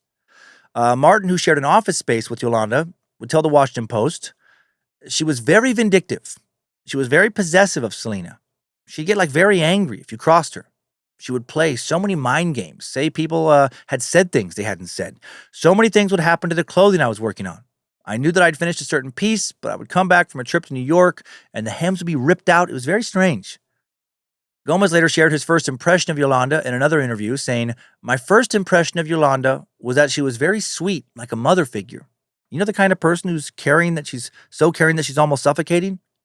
She used to mother me, and she would ask stuff like, do you need anything, mijo? He described her as a, quote, little bitty thing, very dowdy. This is not the best, most flattering description. He said, she kind of looked like a man. She looked like a munchkin. I'm sure Yolanda loved hearing that description. He said that Yolanda once asked him if he thought he was better than her or if he would like her if she had money. And that is some weird shit to ask a coworker. Excuse me, do you think you're better than me? I'm sorry, what was that? Would you like me more if I had more money?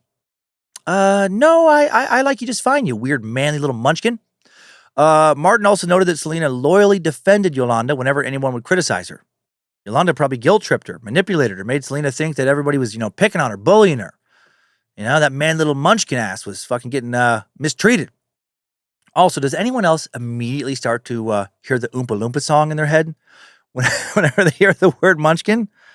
I have to get this out of my system.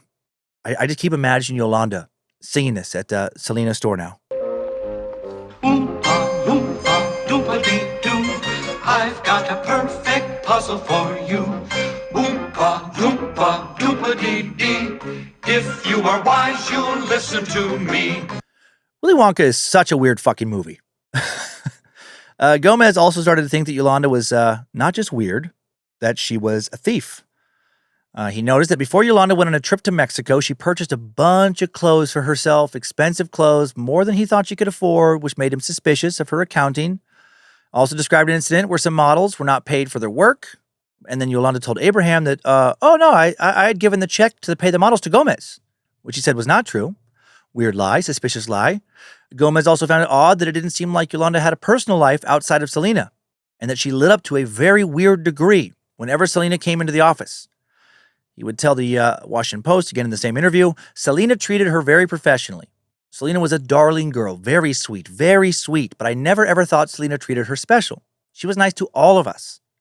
But it got to the point where Yolanda was the leeway between us and Selena. She was the voice, and she tried to shut everyone else out. Going forward, he became more and more suspicious of Yolanda. He began to feel more strongly she was not just strange and possessive, but that she was bad. But no one seemed to believe him when he said Yolanda was evil. He also started to feel that while Yolanda outwardly expressed adoration for Selena, that actually, privately, she was very jealous of her. She didn't want to just be her employee or her friend. She wanted to be Selena. He said, quote, deep down inside, she knew she was nothing. That's horrible for me to say, but that's what I saw. He really started to feel that way after his seamstress told him about how she went to Yolanda's home to pick up some zippers, saw that she had put up a wall-to-wall photos of Selena, making her home into a type of shrine to the singer. And that is fucking weird. Martin quit working for Selena 6 weeks before she died. He told the Post, the last call I had with Selena, the last call, I told her to be careful. It was very weird. I was very afraid of Yolanda, but I never thought she would hurt Selena. I never thought it would come to this. Celia Macias, Selena's manicurist and boutique employee, also shared thoughts about Yolanda. She told Texas Monthly in an interview that Selena originally had various friends of hers working at the boutique, but Yolanda was able to get rid of them just one by one. She said, quote, anyone who captured Selena's attention, she eliminated. All right, she's fucking poison. Abraham told the outlet, quote, I wasn't running Selena's business. I was so busy with the band that I didn't realize what a problem Yolanda had become until it was too late. So sad. Selena's sister Suzette will say that Selena was too trusting, too naive, that because of the way she and Selena had been raised, they thought everybody had a good heart. At the beginning of 1995 now, the boutiques experienced some financial trouble, mostly because, as it will turn out, Yolanda was fucking embezzling from them, but Selena still wanted to open up a clothing factory in Monterrey, Mexico.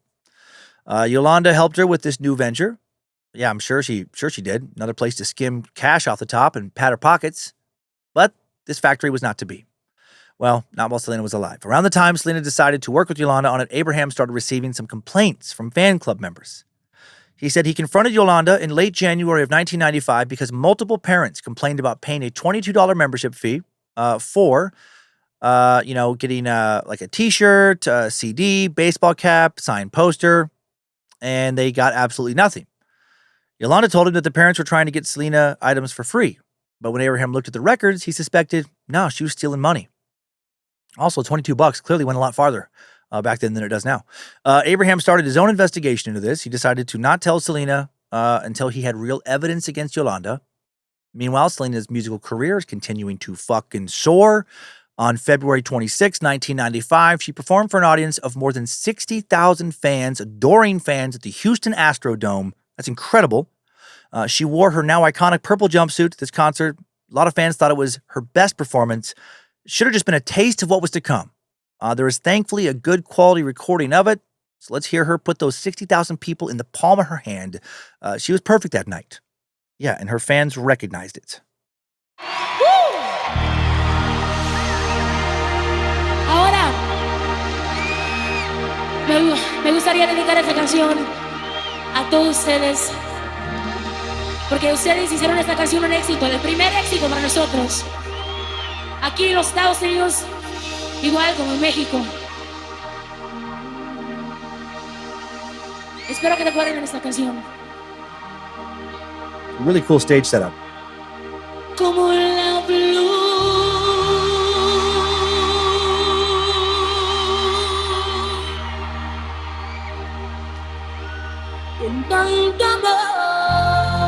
She's very, very performative.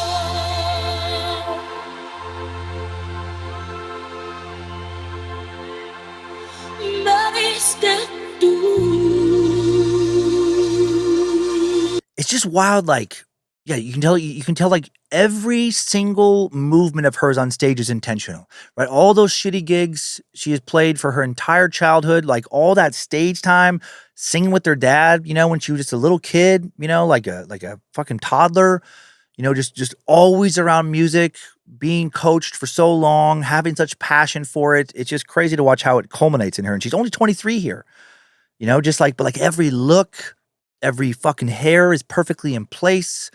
Body control, vocal control. She seems so at ease on stage. Yeah, she was just about to fucking become a massively popular, successful, international star. And she was already so successful. Crazy. And it's just crazy that, 13 years earlier, before this performance, when she was 10, she's living at her uncle's house, a house with one bathroom, along with a dozen other family members, right? When her dad couldn't find a job, parents doing grocery shopping at night because dad's ashamed of using food stamps. Now they're rich. Her Selena's a star, her star on the rise. No one could have known that was going to be her last performance. March 1st, 1995, Selena attended the Grammys in Los Angeles. She was nominated for Best Mexican-American Performance for her album Amor Prohibido, Forbidden Love. As mentioned previously, Selena was working on her first English language album. She'd recently signed a $5 million multi-album contract with SBK Records. She and Chris planned to have a custom dream home built on 10 acres in Corpus Christi. They started talking about having kids. On March 9th, Selena, Abraham, and Suzette all confronted Yolanda about the fan club memberships, and she couldn't explain the irregularities, and Abraham fired her. Yolanda is, of course, devastated, right? She cries, begs for her job, but not only does Abe hold firm, he also tells Yolanda he's going to have the police start an investigation into her embezzlement.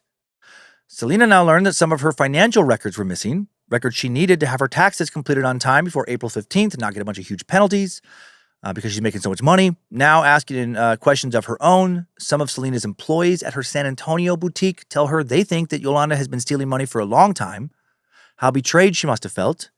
On March 11th, Yolanda Saldivar purchases a .38 caliber snub-nosed revolver at a gun store in San Antonio. That fucking piece of shit.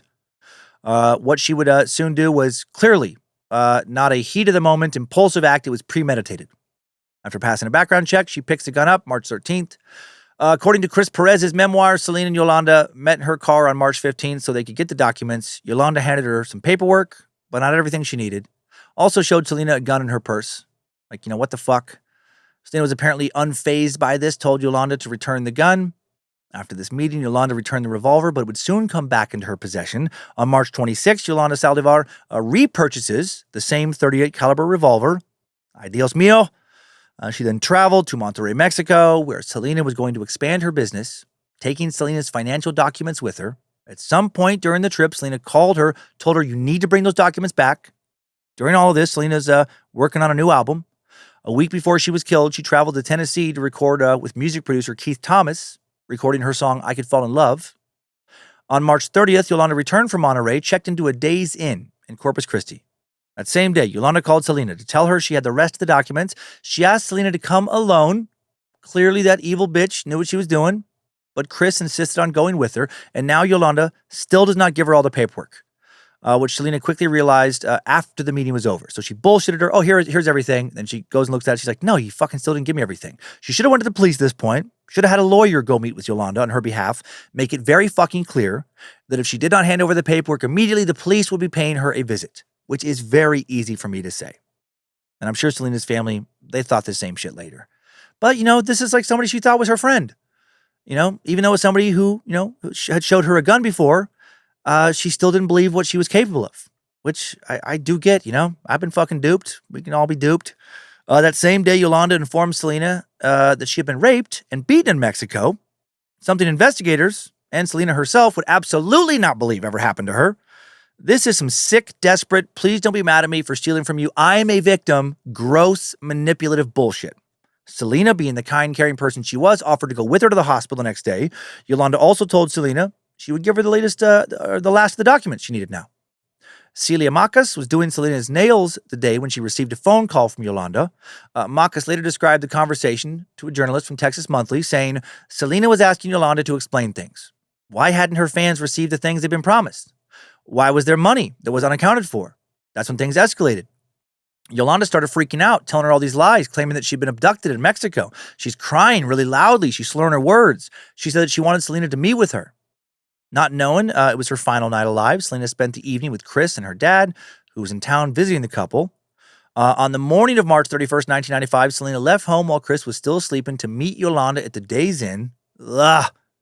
So many family members will later feel so much guilt over none of them accompanying Selena, but she's an adult, and this is how she wanted to handle it. Selena drove Yolanda to the hospital for an exam due to her claim she had been raped.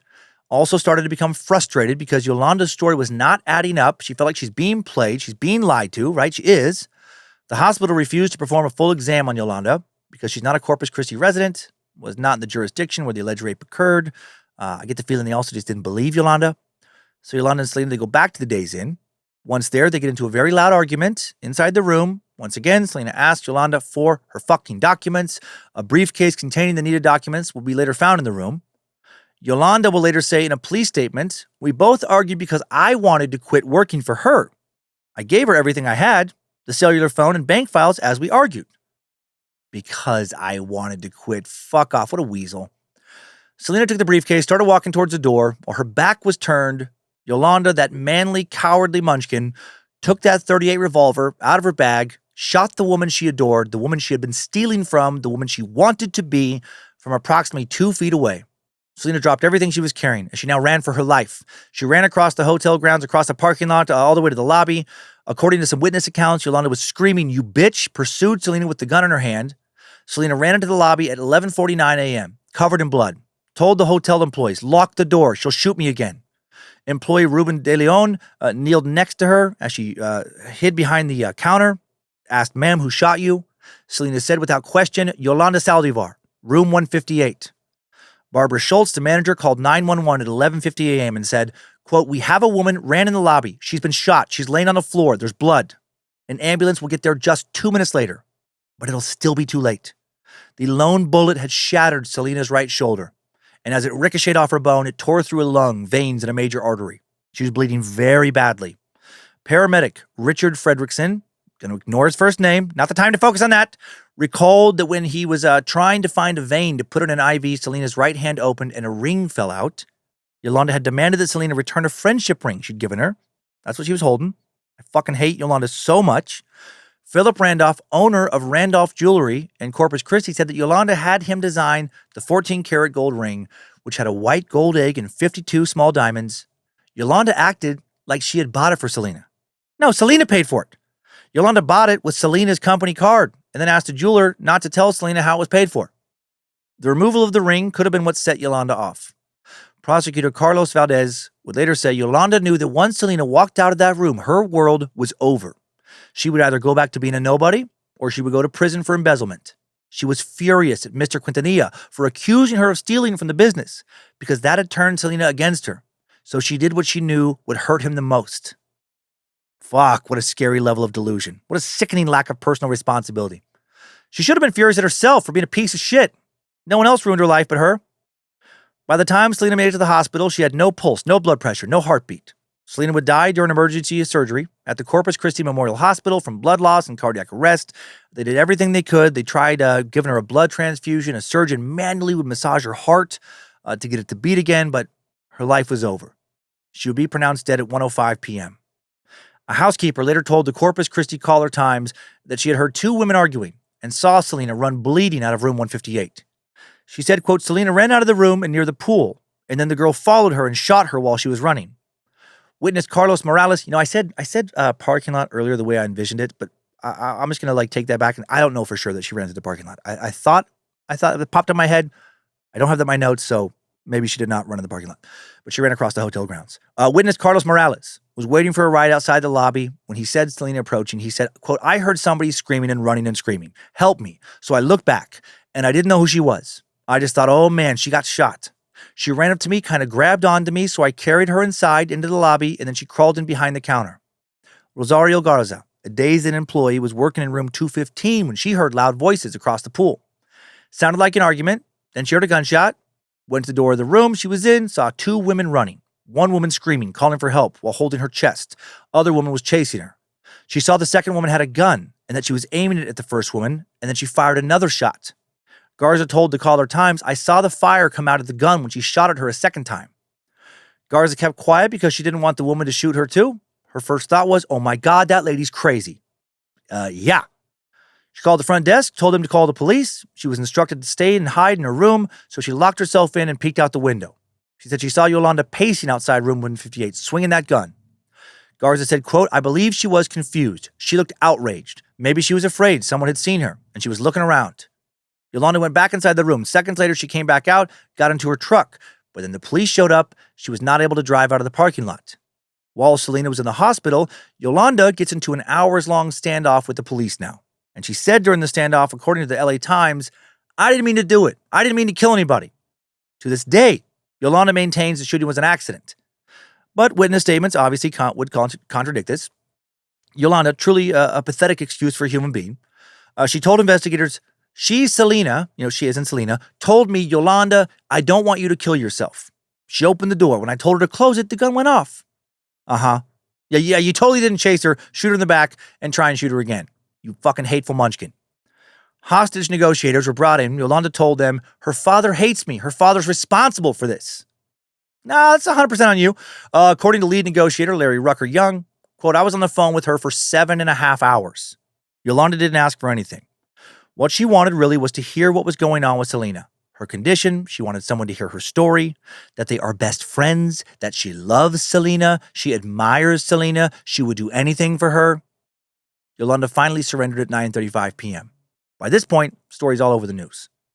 Pamela Koloff wrote for Texas Monthly, as reports of Selena's death broke on the afternoon of Friday, March 31st, 1995, South Texas was consumed by grief. Anguished fans gathered at the Days Inn, where she had been shot, at her clothing boutiques in Corpus Christi and San Antonio, which were hastily transformed into shrines, and at impromptu vigils around the country. Outside Selena's home, mourners paid tribute with flowers and photographs. The line of waiting cars measured 5 blocks long. Around-the-clock news coverage on Spanish-language television and radio stations was followed by front-page stories in the New York Times and other major newspapers, which compared her killing to the shooting of John Lennon. Journalist Joe Nick Petoskey told Koloff, "I went to the Days Inn 2 days after the shooting, and there were a lot of people milling around with dazed expressions on their faces. One guy had hitchhiked from Michigan. He put his thumb out as soon as he had heard the news and arrived at the Days Inn that morning. The doorway to the room where Selena was shot had been turned into a shrine, and people were retracing her steps from room to the motel office. I remember it was very quiet and nobody was talking. There were people on their hands and knees in the St. Augustine grass, looking for blood, mementos, anything, trying to make sense of it all." Yolanda was booked into jail early on April 1st, April Fool's Day. What a fucking fool she is. And she was charged with murder. Her bond set at $100,000. She's moved to a private cell because of Selena's fans.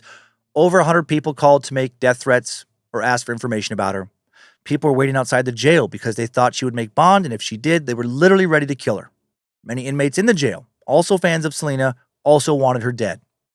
Selena's funeral was held at the Bayfront Plaza Convention Center in Corpus Christi, which would become the American Bank Center, which actually just changed its name again just a couple weeks ago to the Hilliard Center, on April 2nd, 1995. People started lining up to see her casket around 4 a.m. Later that day, her family chose to open the casket because there were rumors that Selena was not actually dead. The fans just did not want to believe it. The funeral would not end until 10 p.m. Almost 60,000 people had come to see Selena and pay their respects. Assistant Police Chief Ken A. Bung, love that his last name is Bung, as in bunghole, he said at a news conference on April 2nd that Selena came to the motel to terminate Yolanda's employment. Selena was conscious when the police got to the Days Inn and made a spontaneous statement, which an off-duty officer and motel employees heard before she died.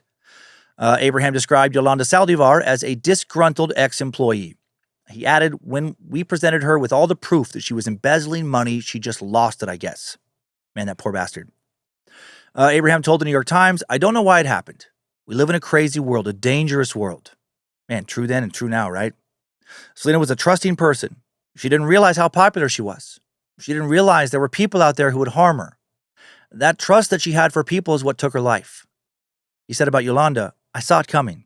Not to that extreme, of course, but I knew this woman was a bomb, a time bomb. I didn't see it until we started cornering her with evidence of embezzlement, and she turned into an animal." Selena's family were, of course, completely devastated by the loss. Her sister, Suzette, said, "Everybody deals with grief differently. I used to get out all my photos and open up my sister's traveling makeup case so I could smell her. I took over the boutiques because I knew Selena would have wanted to keep them going, but it was traumatic. All day, every day, people came into the store to tell me how much they loved my sister, and sometimes I had to go into the back and just cry and cry. To this day," she said, and this interview was in 2010, "to this day, my mother doesn't talk publicly about what happened. Chris kind of shut down. He left everything in the house exactly as it was the day she died. Dad consumed himself with work. My mother told me once, 'Your father cries in the shower because he doesn't want me to know he's crying. He thinks I can't hear him, but I can.' Fuck, just so much sadness." Chris Perez would tell Texas Monthly also in 2010, 15 years after this happened, my dad's marriage was over. My band was over. We had talked about having kids while we were still young, but that was over. Everything ended just like that." Oof. Selena's brother, AB, did I say? Yeah, Chris Perez, her widowed husband, if I didn't say that already. Selena's brother, AB, talked about how he missed performing with Selena, saying, "Nothing will ever be the same as sharing the stage with my sister. When we performed in Central America, there were times when the emotion was so overwhelming I would start to cry. I would turn away from the crowd and act like something was wrong with the amplifier until I gathered myself. You have to understand she was generating electricity, and I was part of that conductor. After she passed away, I played my own music at the Astrodome. I played in Estadio Azteca in Mexico City for 125,000 people, but I was never able to recreate that high again. No matter how far I've gone with my own music, it's never had the same flavor. It's like food without salt." Man, what a painfully honest, vulnerable thing to admit. Ella amaba tanto a su hermana. On April 6, 1995, Yolanda Saldivar pleaded not guilty to murder after being indicted by Nueces County Grand Jury, of course. 3.5 months, because, she's a victim. 3.5 months after her murder, Selena's crossover album, Dreaming of You, is released July 18th, 1995, and it sells 175,000 copies that same fucking day. Just a few weeks later, August 5th, the album hits number 1 in the Billboard 200 albums chart, first Latin album to ever do so. Dreamin' of You also won Female Pop Album of the Year at the Billboard Latin Music Awards. Jury selection for Yolanda Saldivar's murder trial starts October 9th, 1995. Testimony begins October 11th.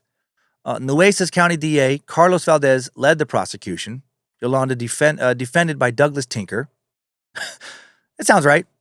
I don't like her odds of beating the charges, with all the evidence, and with Mr. Tinker. For an attorney, it sounds like a fucking side character in Better Call Saul.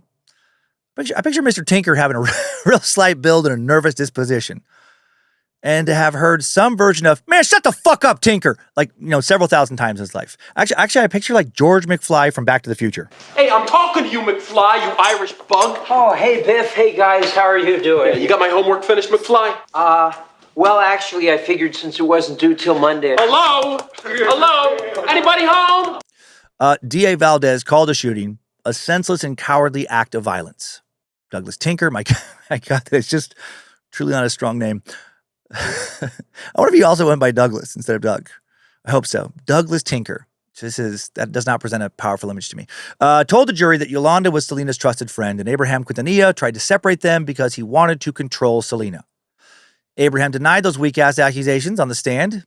Tinker said that Yolanda was asked to manage Selena's boutiques in Corpus Christi and San Antonio, but that Abe did not approve of the boutiques. Started making efforts to hurt the businesses and split the women up. Tinker argued Yolanda was a challenge to the control that Abraham Quintanilla had over Selena. He said that Abraham allegedly threatened Yolanda, so she bought a handgun because she was afraid of him. And she hired an attorney to draft a resignation letter. Oh, yeah, totally, because she had so many other options. She stopped meeting Selena at the recording studio, started meeting in hotels, so big old scary Abraham wouldn't know about it. Selena comforted her, told Yolanda not to quit, begged her not to quit, so she returned the gun to the store. Tinker then described the events leading up to Selena's murder to the jury. When Yolanda and her niece were traveling to Monterrey, Mexico, a stranger followed Yolanda as she drove, and she was so scared she had to repurchase the gun. Totally. Yolanda met Selena the Days Inn, March 30th, to avoid a confrontation with Abraham. The next day, Yolanda told Selena she was raped in Mexico, wanted to go to the hospital. When they returned to the hotel, they got into an argument over fan club records. Selena dumped the records from a box onto the bed. The gun just, happened to fall out. Tinker told the jury Yolanda is somewhat hysterical. Yolanda, at that time, says she's going to commit suicide, that she can't stand it anymore. She started waving the gun around, and it accidentally went off. According to Tinker, quote, Yolanda didn't know Selena had been hit. During the 9.5-hour standoff, Yolanda told the police, I didn't mean to shoot her, the gun just went off. During questioning after her arrest, Yolanda did not say that the shooting was an accident or say anything about it being intentional, but a Texas ranger at the station overheard her say she did not mean to shoot Selena. The ranger did not include in written reports that Yolanda said the shooting was an accident. He eventually told another ranger who told prosecutors. Abraham Quintanilla, his daughter Suzette, Selena's husband, Chris Perez, 2 gun shop owners would testify at the trial. Abraham testified that he suspected Yolanda was stealing money from the fan club, which, was a nonprofit organization, as I went over. Also thought she was stealing from the boutique accounts, which she managed. He confronted Yolanda March 9th, Selena and Suzette both present. Abraham testified he told Yolanda he was going to the police. He then saw her the next day at the office of Selena, etc. in Corpus Christi, told her, you're no longer welcome here. Chris Perez, Suzette, confirmed that Selena fired Yolanda from her job as boutique manager because, they're suspicious of having her, she stole money. Perez and Suzette denied that Abraham was a controlling father who did not want Selena around Yolanda, as the defense alleged. Additionally, Mike McDonald, owner of A Place to Shoot in San Antonio, testified that Yolanda told him she was a home nurse for terminally ill patients. An obvious, definitely a lie. Said she wanted the gun because she was being threatened by her patients' family members. Why is she lying? Norma Martinez, former Days Inn housekeeper, testified she saw Yolanda chasing Selena. Martinez said she just yelled and called her bitch. She added, I saw a lady come out of room 158. 158, she was just coming out, running out and yelling, help, help. She said she saw Yolanda carrying a gun, chasing after Selena. Quote, she was running in back of Selena, pointing the gun at her. She did not look like she was angry or anything, she said. And then she said she witnessed Yolanda put the gun down and walk back to the room. When the DA pointed out that Martinez had not included the word bitch in her statement from March 31st, she claimed she did not say it because she respected the police too much, did not like to use profanity. Also testified that she did not see the first shot fired. but in her statement to police, said she saw the gun being fired a second time. In court, she said the officer who took her statement likely wrote things down incorrectly. Patricia Biggs, former director of nurses at the Doctors Regional Medical Center in Corpus Christi, testified she was working when Yolanda and Selena came into the ER.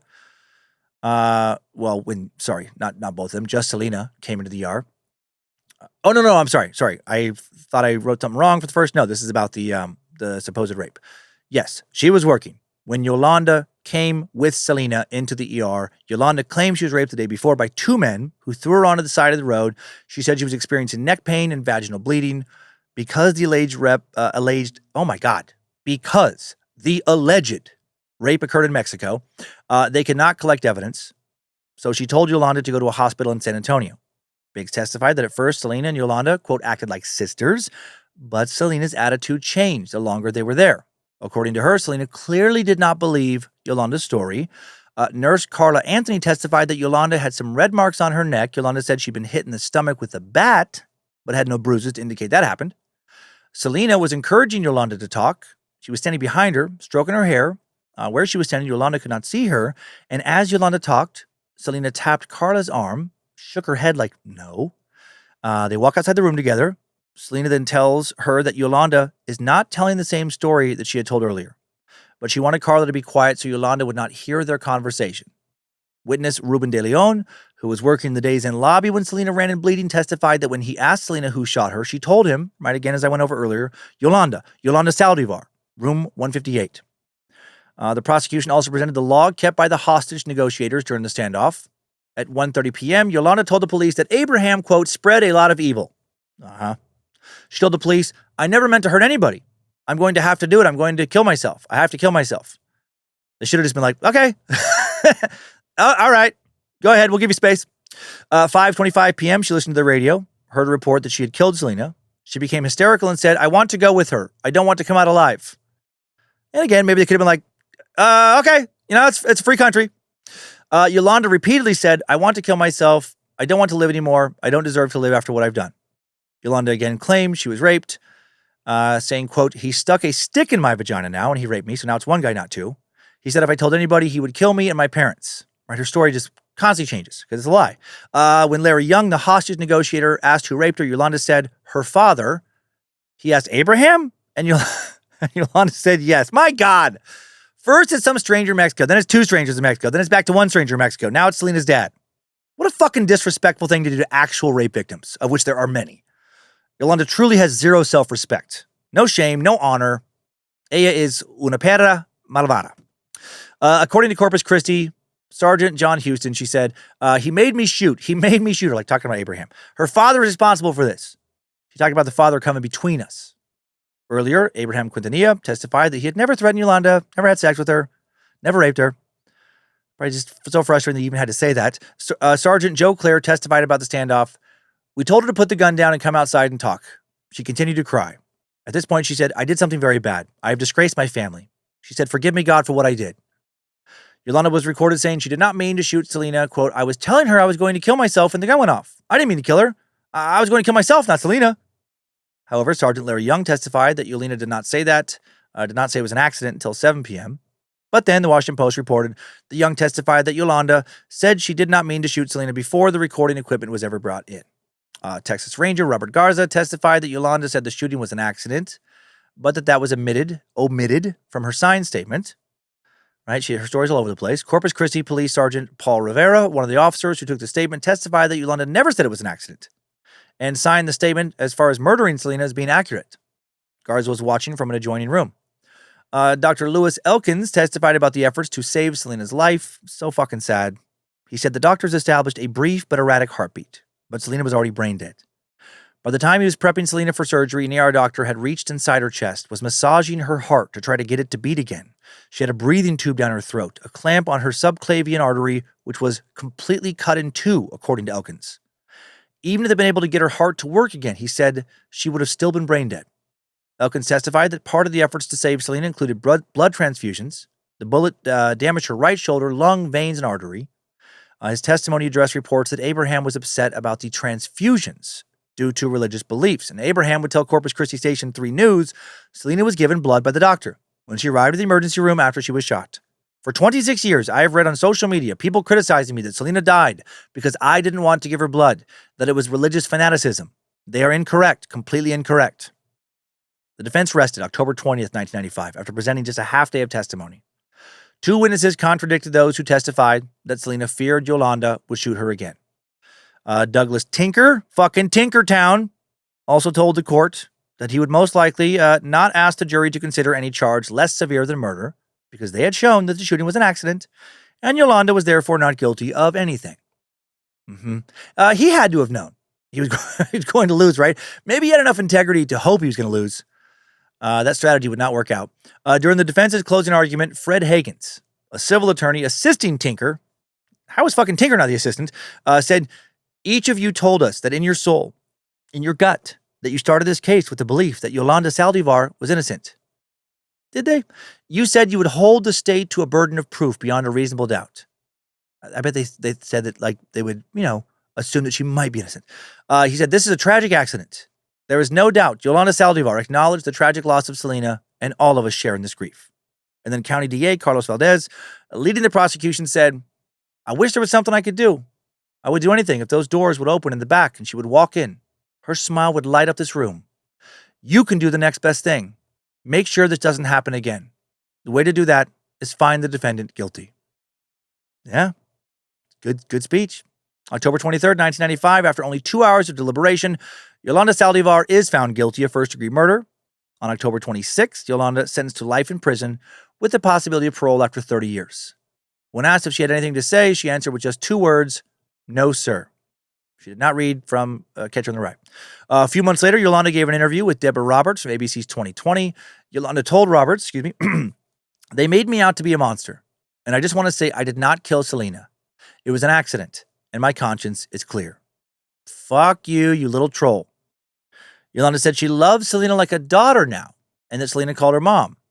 Prosecutor Carlos Valdez was also interviewed, and he said the defendant had wrapped up her whole life around Selena Quintanilla Perez. Her whole world was walking out the door, and she wouldn't stand for it, so she shot her. Yeah, bingo. Selfish, evil, cowardly act.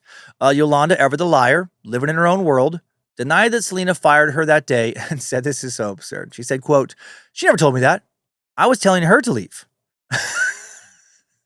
Some people. I said, it's over, Selena. It's over. I can't work for you no more. She went down. She grabbed my feet and told me not to leave her. And I picked her up and I told her, just leave. And I grabbed the gun, put it to my head. I pulled the thing back and I said, if you don't leave, I'm going to do it, Selena. And she got up and she said, Mom, we need to talk about this. No, we need to talk about this. I'm going to close the door. And when she was walking to the door, she was going at an angle. And I told her, don't close the door. And in that instant, the gun went off. Such a delusional freak. If only she would have blown her brains out. That would have been a million fucking times better than what she actually did. Yolanda said she didn't even know that Selena had been shot despite the fact that there was blood on the door. Okay. She denied stealing money from the family, of course. However, Abe Quintanilla told 2020 that he had evidence, good evidence, Yolanda had embezzled well over $100,000. Again, she said that she had purchased the gun because Abraham threatened her. When asked if she would do anything differently, she said, I would want her to kill me. Oh, we all would, Yolanda, we all would. Yolanda Saldivar would also give an interview with the program Behind the Music and invent some new lies. She's like a pathological liar. The Saldivar family gave Behind the Music 2 letters from a man named Lorenzo Salinas. Yolanda claims she and Selena met Salinas in Mexico early 1995, but Behind the Music could not find him or confirm his existence. Yolanda alleged that Selena told her, quote, exactly what I've been saying all along, which is what? She said she knew the truth, or that he knew the truth, whatever that was, and knew that she had things that would eventually say it all. Just speaking gibberish. Yolanda claimed that before the shooting, she found some videos damaging to Selena's career and a diary that corroborated some information on some tapes that she knew about but can't say what's on them. She said in his letter, Selena claimed he was hired to beat up Yolanda and get these mystery tapes and mystery diary as part of an extortion scheme. She's had a lot of time to think about this. Yolanda said she was attacked but managed to get away. She claimed the evidence could be, now I guess she wasn't attacked by Abe. She claimed the evidence could be found in a safe deposit box in Monterrey, Mexico. This is starting to feel just as confusing, manipulative, and just full of bullshit as all the current fucking story twisting being done about former 2-episode suck subject, Jeffrey Epstein. If you've been paying attention to that shit show, pretty soon we're going to hear from politicians that he was a good guy, that he was protecting teens from pedos. Just fucking crazy. The lies people try and pull up. And it's crazier to me that people will believe them. Oh my God, the easiest way to tell that somebody is definitely lying is if their story keeps changing. And it doesn't make sense. It's very easy to keep repeating the truth and have it be the same. Very hard to twist an obvious lie into a believable truth.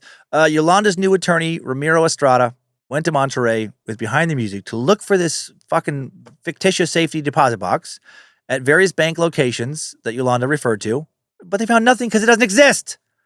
Only a fucking idiot would believe it ever existed with Yolanda's past. March 21st, 1997, Jennifer Lopez stars as Selena in a biopic about her life. Abraham Quintanilla helped with the production. The role originally actually supposed to go to Salma Hayek, but she felt, I guess, the movie was being made too close to Selena's death. Jennifer Lopez, she would kill it. She'd become the first Latina actor to earn over $1 million for a movie role, received a Golden Globe nomination for her performance, went from being virtually unknown, from being, a backup dancer on In Living Color to a superstar. 1998, the Quintanilla family opens the Selena Museum in Corpus Christi. The museum displays Selena's wardrobe, awards, memorabilia, her Porsche, tour bus, recreation of the recording studio. I just checked and they're still open, and good for them. I love that they're doing their best to keep her memory alive. October 1st, 1998, Yolanda Saldivar's appeal is denied, of course, because she's a fucking clown. August 18th, 1999, the Texas Court of Criminal Appeals denies a discretionary review of Yolanda's case. After Selena's death, Selena's brother A.B. Quintanilla goes on to found the bands Cumbia Kings and Cumbia All-Stars in 1999 and 2006, respectively. And over the years, also has written a number of songs for a number of other artists that have been on the radio. He's done it very well. Both of those bands had gold records, got a lot of radio airplay. 2001, Selena's widowed husband, Chris Perez, remarries to actress Vanessa Villanueva. They have 2 kids together before ultimately separating in 2008. Chris spoke with the New York Post, about his second marriage, saying, "When I got remarried, that was me trying to downplay Selena's death in my life. It was too painful. I never talked about Selena's death. Getting remarried, starting my new life as a way to get over losing her. I thought getting married would help, and it did, but the pain is still there. It'll always be there." Chris continued his career in the music industry after Selena's death, formed the Chris Perez Band. In 1999, they released their first album, Resurrection, which won a Grammy for Best Latin Rock Alternative Album. 2002, the band released another album, but then soon disbanded. So he did become, the rock star he had once dreamed of becoming. Chris continued playing with AB's groups, Cumbia Kings, Cumbia All-Stars. It's pretty special that he kept playing with Selena's brother. He is reportedly still very close with her family today. He later formed another band called the Chris Perez Project in 2010. Very talented musician. Meanwhile, Yolanda still trying to get out of prison. Another one of her appeals quickly dismissed. February 2nd, 2009. March 17, 2010, Yolanda's petition challenging her conviction is denied. Love it. 2012, Chris Perez publishes a memoir, To Selena with Love. And that was his first time really opening up about his marriage, how he was affected by Selena's death. December 9, 2014, Key TV in Corpus Christi reported that Yolanda was mounting a new effort for early release. Carlos Valdez told Key TV that Yolanda argued her defense failed to refuse to interview witnesses and introduce exculpatory physical evidence. And then the fake news site National Report announced that Yolanda could get out of prison on January 1st due to failing health and recent legal modifications. Selena fans go fucking wild on the internet. When news of this upcoming release spreads, the site even created a fake petition that looked like a real petition on change.org, which got 4,000 supporters in a day. All bullshit. She's not being considered for release. December 2nd, 2016, Abraham Quintanilla files a lawsuit against Chris Perez, his company Blue Mariachi Productions, and Endemol Shine North America. Well, why? Because Chris had plans to turn his memoir into a TV show. Abe not feeling that.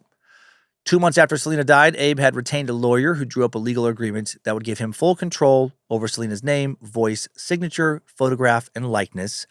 And his suit alleged that Chris violated this agreement, giving him the rights to Selena's image. Per the agreement, Chris got part of the proceeds from the exploitation of the entertainment properties. Quintanilla argued that Chris's book was unauthorized, and signing the deal with Endemol Shine, also a violation. Perez argued that he had signed the contract under duress, and then eventually the suit will be dismissed, the show will go away, Abe and Chris will patch things up again and, again, just go back to getting along. November 3rd, 2017, Selena's memory is honored with a star on the Hollywood Walk of Fame. In 2019, Yolanda Saldivar, back at it, still requesting a new trial. In a federal petition now, filed March 28th, she expressed her belief that the prosecutor withheld evidence that could have proved her innocence. And you know what? Fuck off, evil munchkin troll! What do you get when you guzzle down sweets? Eating as much as an elephant eats. What are you at, getting terribly fat? What do you think will come of that? She said the prosecutor, Carlos Valdez, presented a pair of white tennis shoes and a black baseball cap during an interview in March 2018, and those items not introduced as evidence at trial. Because, if those would have been introduced as evidence, that would have changed everything. Clearly, she has not accepted what she did. Valdez had presented the evidence in a Spanish media interview. Yolanda claimed, those items were worn by Selena, not her. Her petition argued that the shoes were important because the Court of Appeals opined that she shot Selena in the back as she walked towards the door, which indicated the shooting occurred inside, not outside, which witnesses verified. The Court of Appeals essentially filed her claim in the shut up, who gives a shit folder. In December of 2020, Selena, the series starring Walking Dead actress Christian Serratos, premiered on Netflix. Serena's siblings, A.B. and Suzette, both executive producers of the series. Suzette, by the way, stopped drumming in 1995, 2 years before Selena died. She married Bill Arriaga, and they have a son named Hovan. There we go. Suzette became the CEO and president of Q Productions, also manages the Selena Museum, coordinates licensing for Selena collaborations with various companies such as MAC Cosmetics. Suzette spoke with Refinery29.com in January of 2020 about her sister's legacy, saying when Selena passed away, the three things she was working on was her clothing line, a makeup line, and a perfume line. I promised myself that by the time I leave this world, I will accomplish what she started, what she held dear to her heart. The Selena Netflix series ended up receiving criticism because of the casting of Christian Serratos. Vanessa Angelica Villarreal wrote for Harper's Bazaar, the show's creators chose to erase all traces of Selena's specificity. Instead, on screen is a slimmer, lighter-skinned, middle-class, coded, quieter version of Selena's former self. Alex Zaragoza wrote for Vice, the series is a Disney-fied retelling of Selena's life that focuses more on her father, Abraham Quintanilla, and his iron-like grip on the family, which borders on abusive. Again, I'm reminded of the Jackson 5. Mara Munoz, co-host of the Locatoro radio podcast, said in her interview with Vice that there is, quote, a history of Selena's features being slimmed down and made to look more European. When watching the series, it was impossible to ignore how much Serratos looks like Lopez playing Selena, not Selena herself. May of 2021, Abraham Quintanilla published his memoir, A Father's Dream, My Family's Journey in Music. He acknowledged that it could be seen as an attempt to capitalize on Selena, but he wrote that it felt like it was time for him to tell his story as we lived it. And now, jumping up to this year, Yolanda Saldivar, back in the news. She was up for parole back in March of 2025. Just before her hearing, which was on March 27th, Abraham Quintanilla spoke about the possibility of Yolanda being released in an interview with Univision. He said, when it comes to my family and I, we don't care if they release her today. They can let her go. Nothing will bring my daughter back. Fair. Unfortunately, Yolanda was released. However, with the stipulation that she remain in the mid-Atlantic tiny nation of Loompaland. A few weeks ago, she released the following statement from Loompaland to her YouTube channel, which is at Manly Little Liar. So,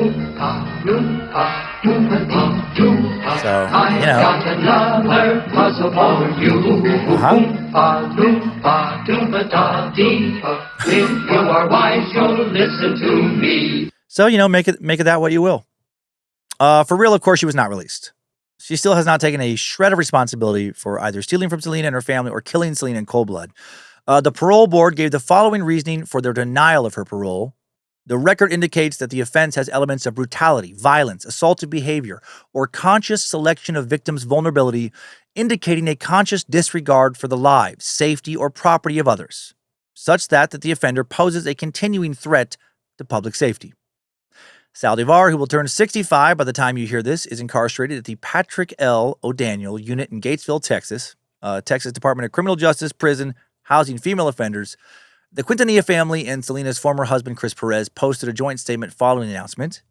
Today, we are grateful that the Texas Board of Pardons and Paroles has chosen to deny parole for Yolanda Saldivar, read the statement. While nothing can bring Selena back, this decision reaffirms that justice continues to stand for the beautiful life that was taken from us and from millions of and from millions of fans around the world far too soon. 4 days following the hearing, March 31st was the 30th anniversary of Selena's death. Yolanda Saldivar will next be eligible for parole in March of 2030 when she will be 69 years old. Hopefully she'll die before then. She certainly, I would bet my life, will not fucking actually take responsibility for what she did before then. And that is it for this timeline. Ojalá tuviera un final más feliz. Good job, soldier. You made it back. Barely.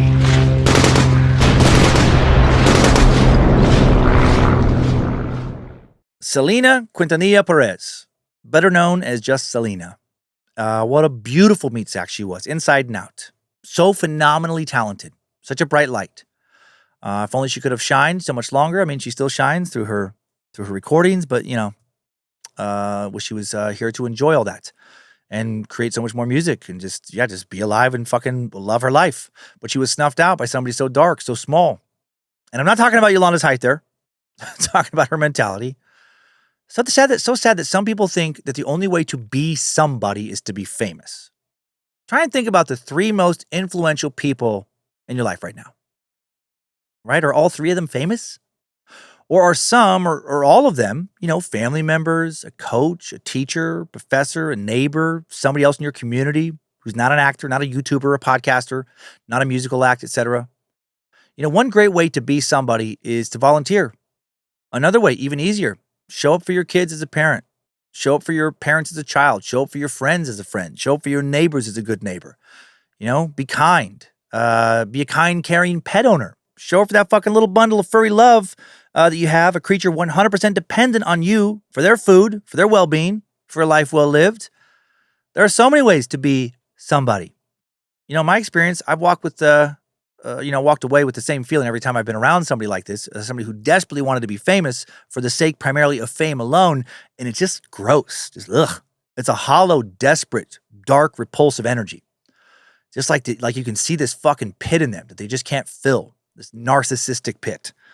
But people who really want to be good, people who want to treat those around them with kindness, people who want to be a caring friend, neighbor, parent, partner, etc. Man, my cup feels full when I'm in their presence. Still feels full when I walk away, You might not know their name, but they're sure somebody to me. From everything I've read, both, what I've shared and what I didn't share, Selena was one of those people. Yes, she had a beautiful voice. Yes, a beautiful face, a beautiful body, a sex symbol, beautiful style, but most impressively, truly had a beautiful heart.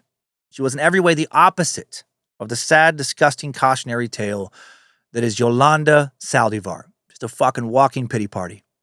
Selena has now been dead longer than she was alive, but her legacy continues to inspire.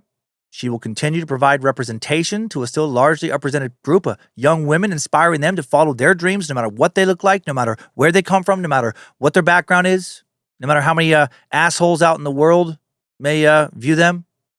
Salve Selena.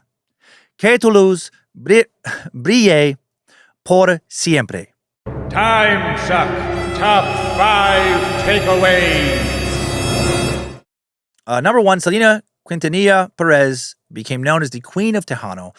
As a young woman, she rose to the top of a largely male-dominated industry and brought others up along with her. She won numerous Tejano music awards, sold millions of albums, won a Grammy, naturally talented, but also hardworking, able to sing, dance, entertain her audiences, with the support of her family band behind her. Extremely beautiful in a way that deviated from traditional beauty standards at the time. What people loved the most about her, though, was that she had a humble spirit. She was known for being kind to everyone, never letting that fame get to her head. Selena tried to see the good in everybody, to a fault, was a trusting person, which is likely why she did not notice something was off about Yolanda. Oh, not in time. Number 2, Selena had a Romeo and Juliet type romance with her lead guitarist, Chris Perez. The two fell in love soon after he joined the band, even though Selena was forbidden from dating by her father, which is a little wild. They maintained a secret romance, but Abraham Quintanilla found out. Chris quit the band. They decided that the only way they could be together was to elope. They were so deeply in love with each other, although they had their problems. Selena was killed 2 days before their 3rd anniversary. Number 3, Selena Quintanilla was murdered by Yolanda Saldivar, her fan club president, over a period of a few years. Less than 3, I guess. Yolanda established herself as a close friend of Selena's. She felt threatened by other people who were close to the singer. Her obsession reached wildly unhealthy levels. Yolanda became so dependent on Selena's friendship that she killed her when Selena ended things after she was caught embezzling money from the business. Number 4, it's possible that Yolanda Saldivar could be released in 2030 when she is next up for parole, but I doubt it. She will continue to refuse to accept responsibility for her crimes. Number 5, new info. Did Selena Quintanilla have an affair? That was a rumor that went around, a rumor that Selena was unfaithful. It was first spread directly after Yolanda's conviction. In 1997, Maria Celeste Arras, former anchor of Univision program Premier Impacto, published the book Selena's Secret, the revealing story behind her tragic death. The book was generally not received well. The Quintanilla family, they've spoken out against it. I wouldn't read it. Arras told the Huffington Post in 2015, before the new edition of the book was published, the official version out there was she was at the height of her career. Well, she was. She was climbing and doing fantastic. That everything in her life was perfect, and this bullet killed her. End of story. And Yolanda Saldivar did it because she was a thief. But the story is much more rich than that and much more elaborate than that. And the fact is that Selena's life at the time of her death, was far from perfect. She was a victim of a lot of people who were trying to manipulate her and that loved her, just like she loved them. But when you're in a situation of power, you get a lot of people around you that want you to do things the way they want them. In 1997, Abraham Quintanilla told the New York Daily News, that Arras was trying to slander Selena's image. In the book, Arras claims that Yolanda told her a secret about Selena during the trial, but she never fully revealed the secret in her book. Arras wrote, "For me, it became Yolanda's secret. Oh yeah, because you should definitely trust her. I know her version completely and with great details.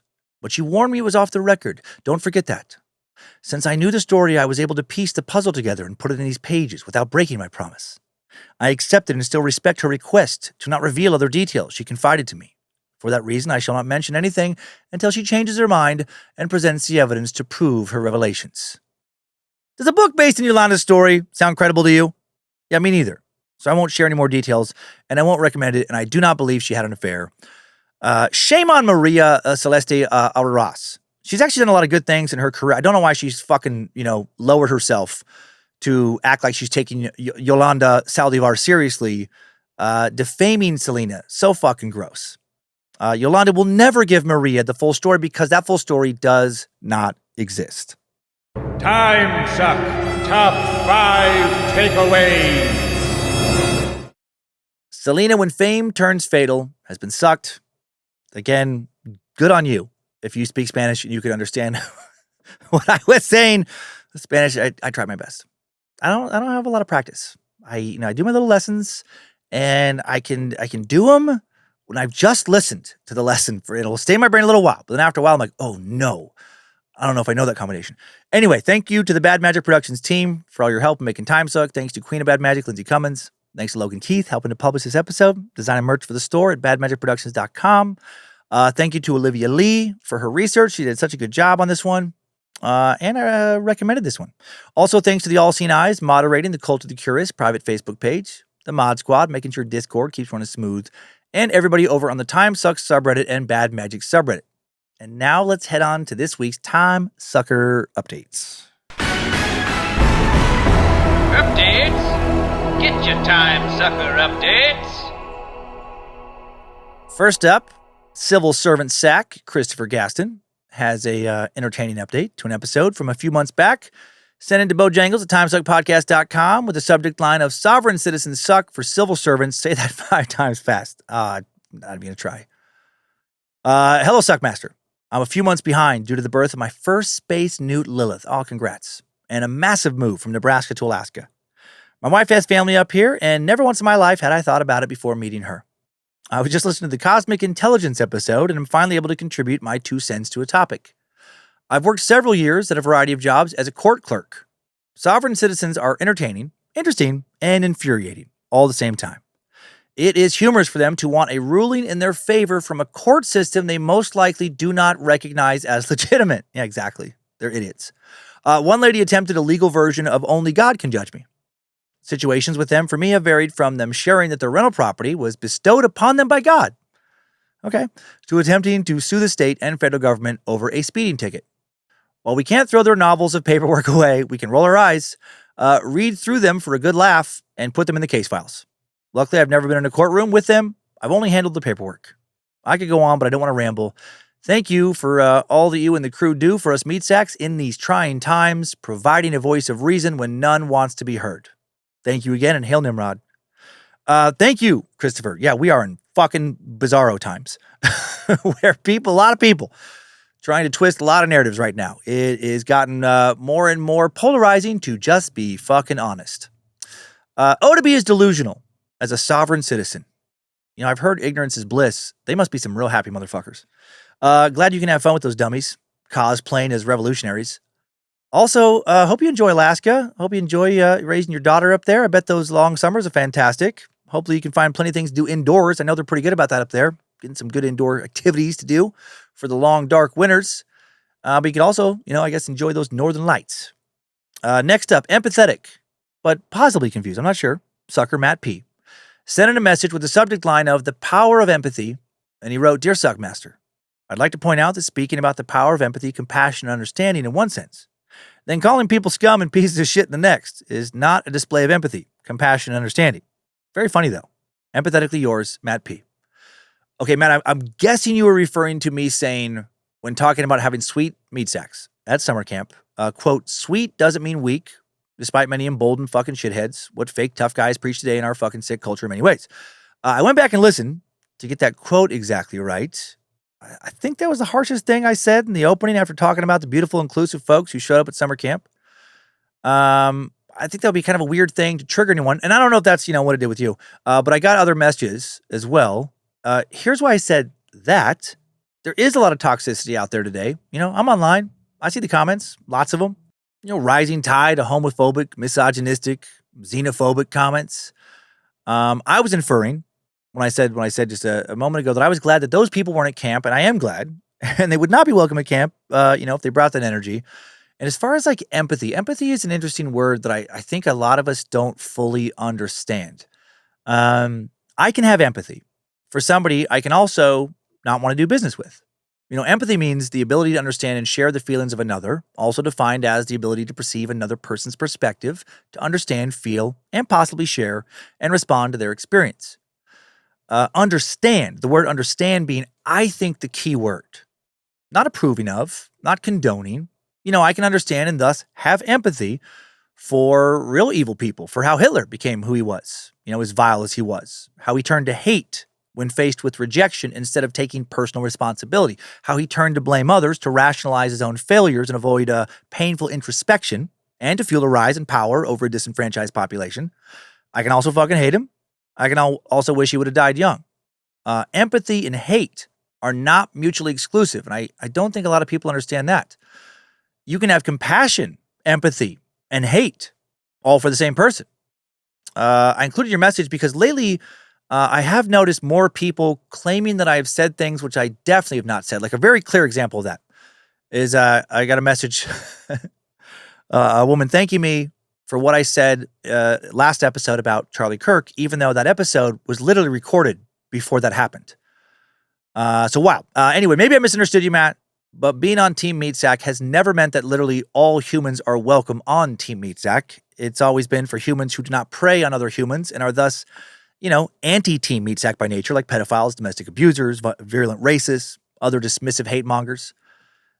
I can see how that can feel hypocritical to some. Maybe it is, but also, common usage for 99.9% of people. When you say something like, everybody's welcome, you don't actually mean that literally.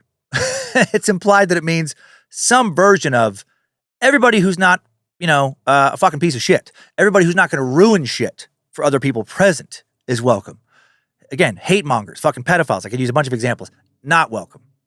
So I don't know. I don't know if that clears up confusion or maybe adds to it. Finally, from Lucky to Be Alive sucker, Jason Enriquez. a message sent in with a subject line of, tell everyone you love them today. Hello, Bad Magic crew. This is a short message that I just wanted to send to you. Quick backstory. I was involved in a multi-car crash yesterday. It made me truly grasp the fragility of life and that you need to tell the people you care about that you still love them even if you're not on good terms. I know this is very cliche. Being the wreck happened yesterday, but after leaving the hospital, thankfully all I had was a bruised arm and a concussion. I spent the day going down my list of people I needed to thank, and I told them I loved them. So why email y'all? Simple. I love you all as much as I can, being a weekly Timesuck listener. Everyone involved in this organization deserves to know that they are cared for and loved, even if it's from a 23-year-old graduated frat boy. With everything that happened this past week, I just wanted to remind everyone that people care about you and love you. And if it's been a while since you last expressed that to them, maybe tell them before it's too late. As Dan always says, we're only promised this one life, so live it up.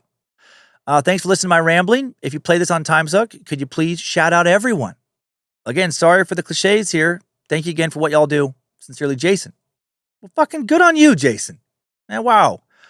Man, that level of emotional intelligence at 23 years old, holy shit, I did not have that. Truly good on you for sending that message. Jason also included some photos of the wreck, and I literally gasped and said something to the effect of, oh, shit, when I saw them. He is very lucky to be alive, let alone not badly injured. And he's right. Spread the most love you can while you can. I highly doubt if you know your death is imminent, you're going to think some version of, fuck, I wish I would have been a dickhead more often. Wish I would have yelled at people more. But you might think, why didn't I tell the people I love them more often? Right? The people I love. Why didn't I tell the people I love, that I love them more often? I've been around some people who knew death was coming. Some people who were generally pretty fucking grumpy and miserable. And at the very end, they all became pretty sweet and finally shared things that they could have shared so much earlier. But they just didn't. They just held it in. They just chose to be fucking miserable. So don't wait. Love you too, former frat boy. Now stay safe out there. Always wear your fucking seatbelt. Don't test and drive. And thanks for embodying Jason, what I was just talking about. Oh man, you would have blended in perfectly at summer camp. Honored, truly, to have you care about myself, the team, the listeners, this community, this podcast. And hell near mind, everybody. Thanks, time suckers. I needed that. We all did. Well, thank you for listening to another Bad Magic Productions podcast. Be sure and rate and review Timesuck if you haven't already. Check out Nightmare Fuel. Please and thank you. Don't shoot anybody. You're a fan of this week. Don't shoot anybody whose words you don't agree with this week. You fucking maniac. Don't shoot anybody at all this week. Unless they're trying to kill you. And it's the only way to keep yourself or others alive. It's not complicated. It's really not. Keep on sucking.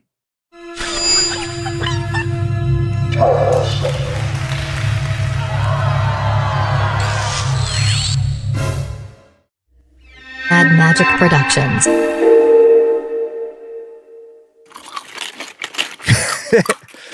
¿Qué estás oyendo? Otro video a ese mero, sin loción, sin masturbación, pero tal vez aún más molesto, ¿verdad? Más de 100,000 visitas. Más que cualquier video de Timesuck. Ugh. Deme la cara.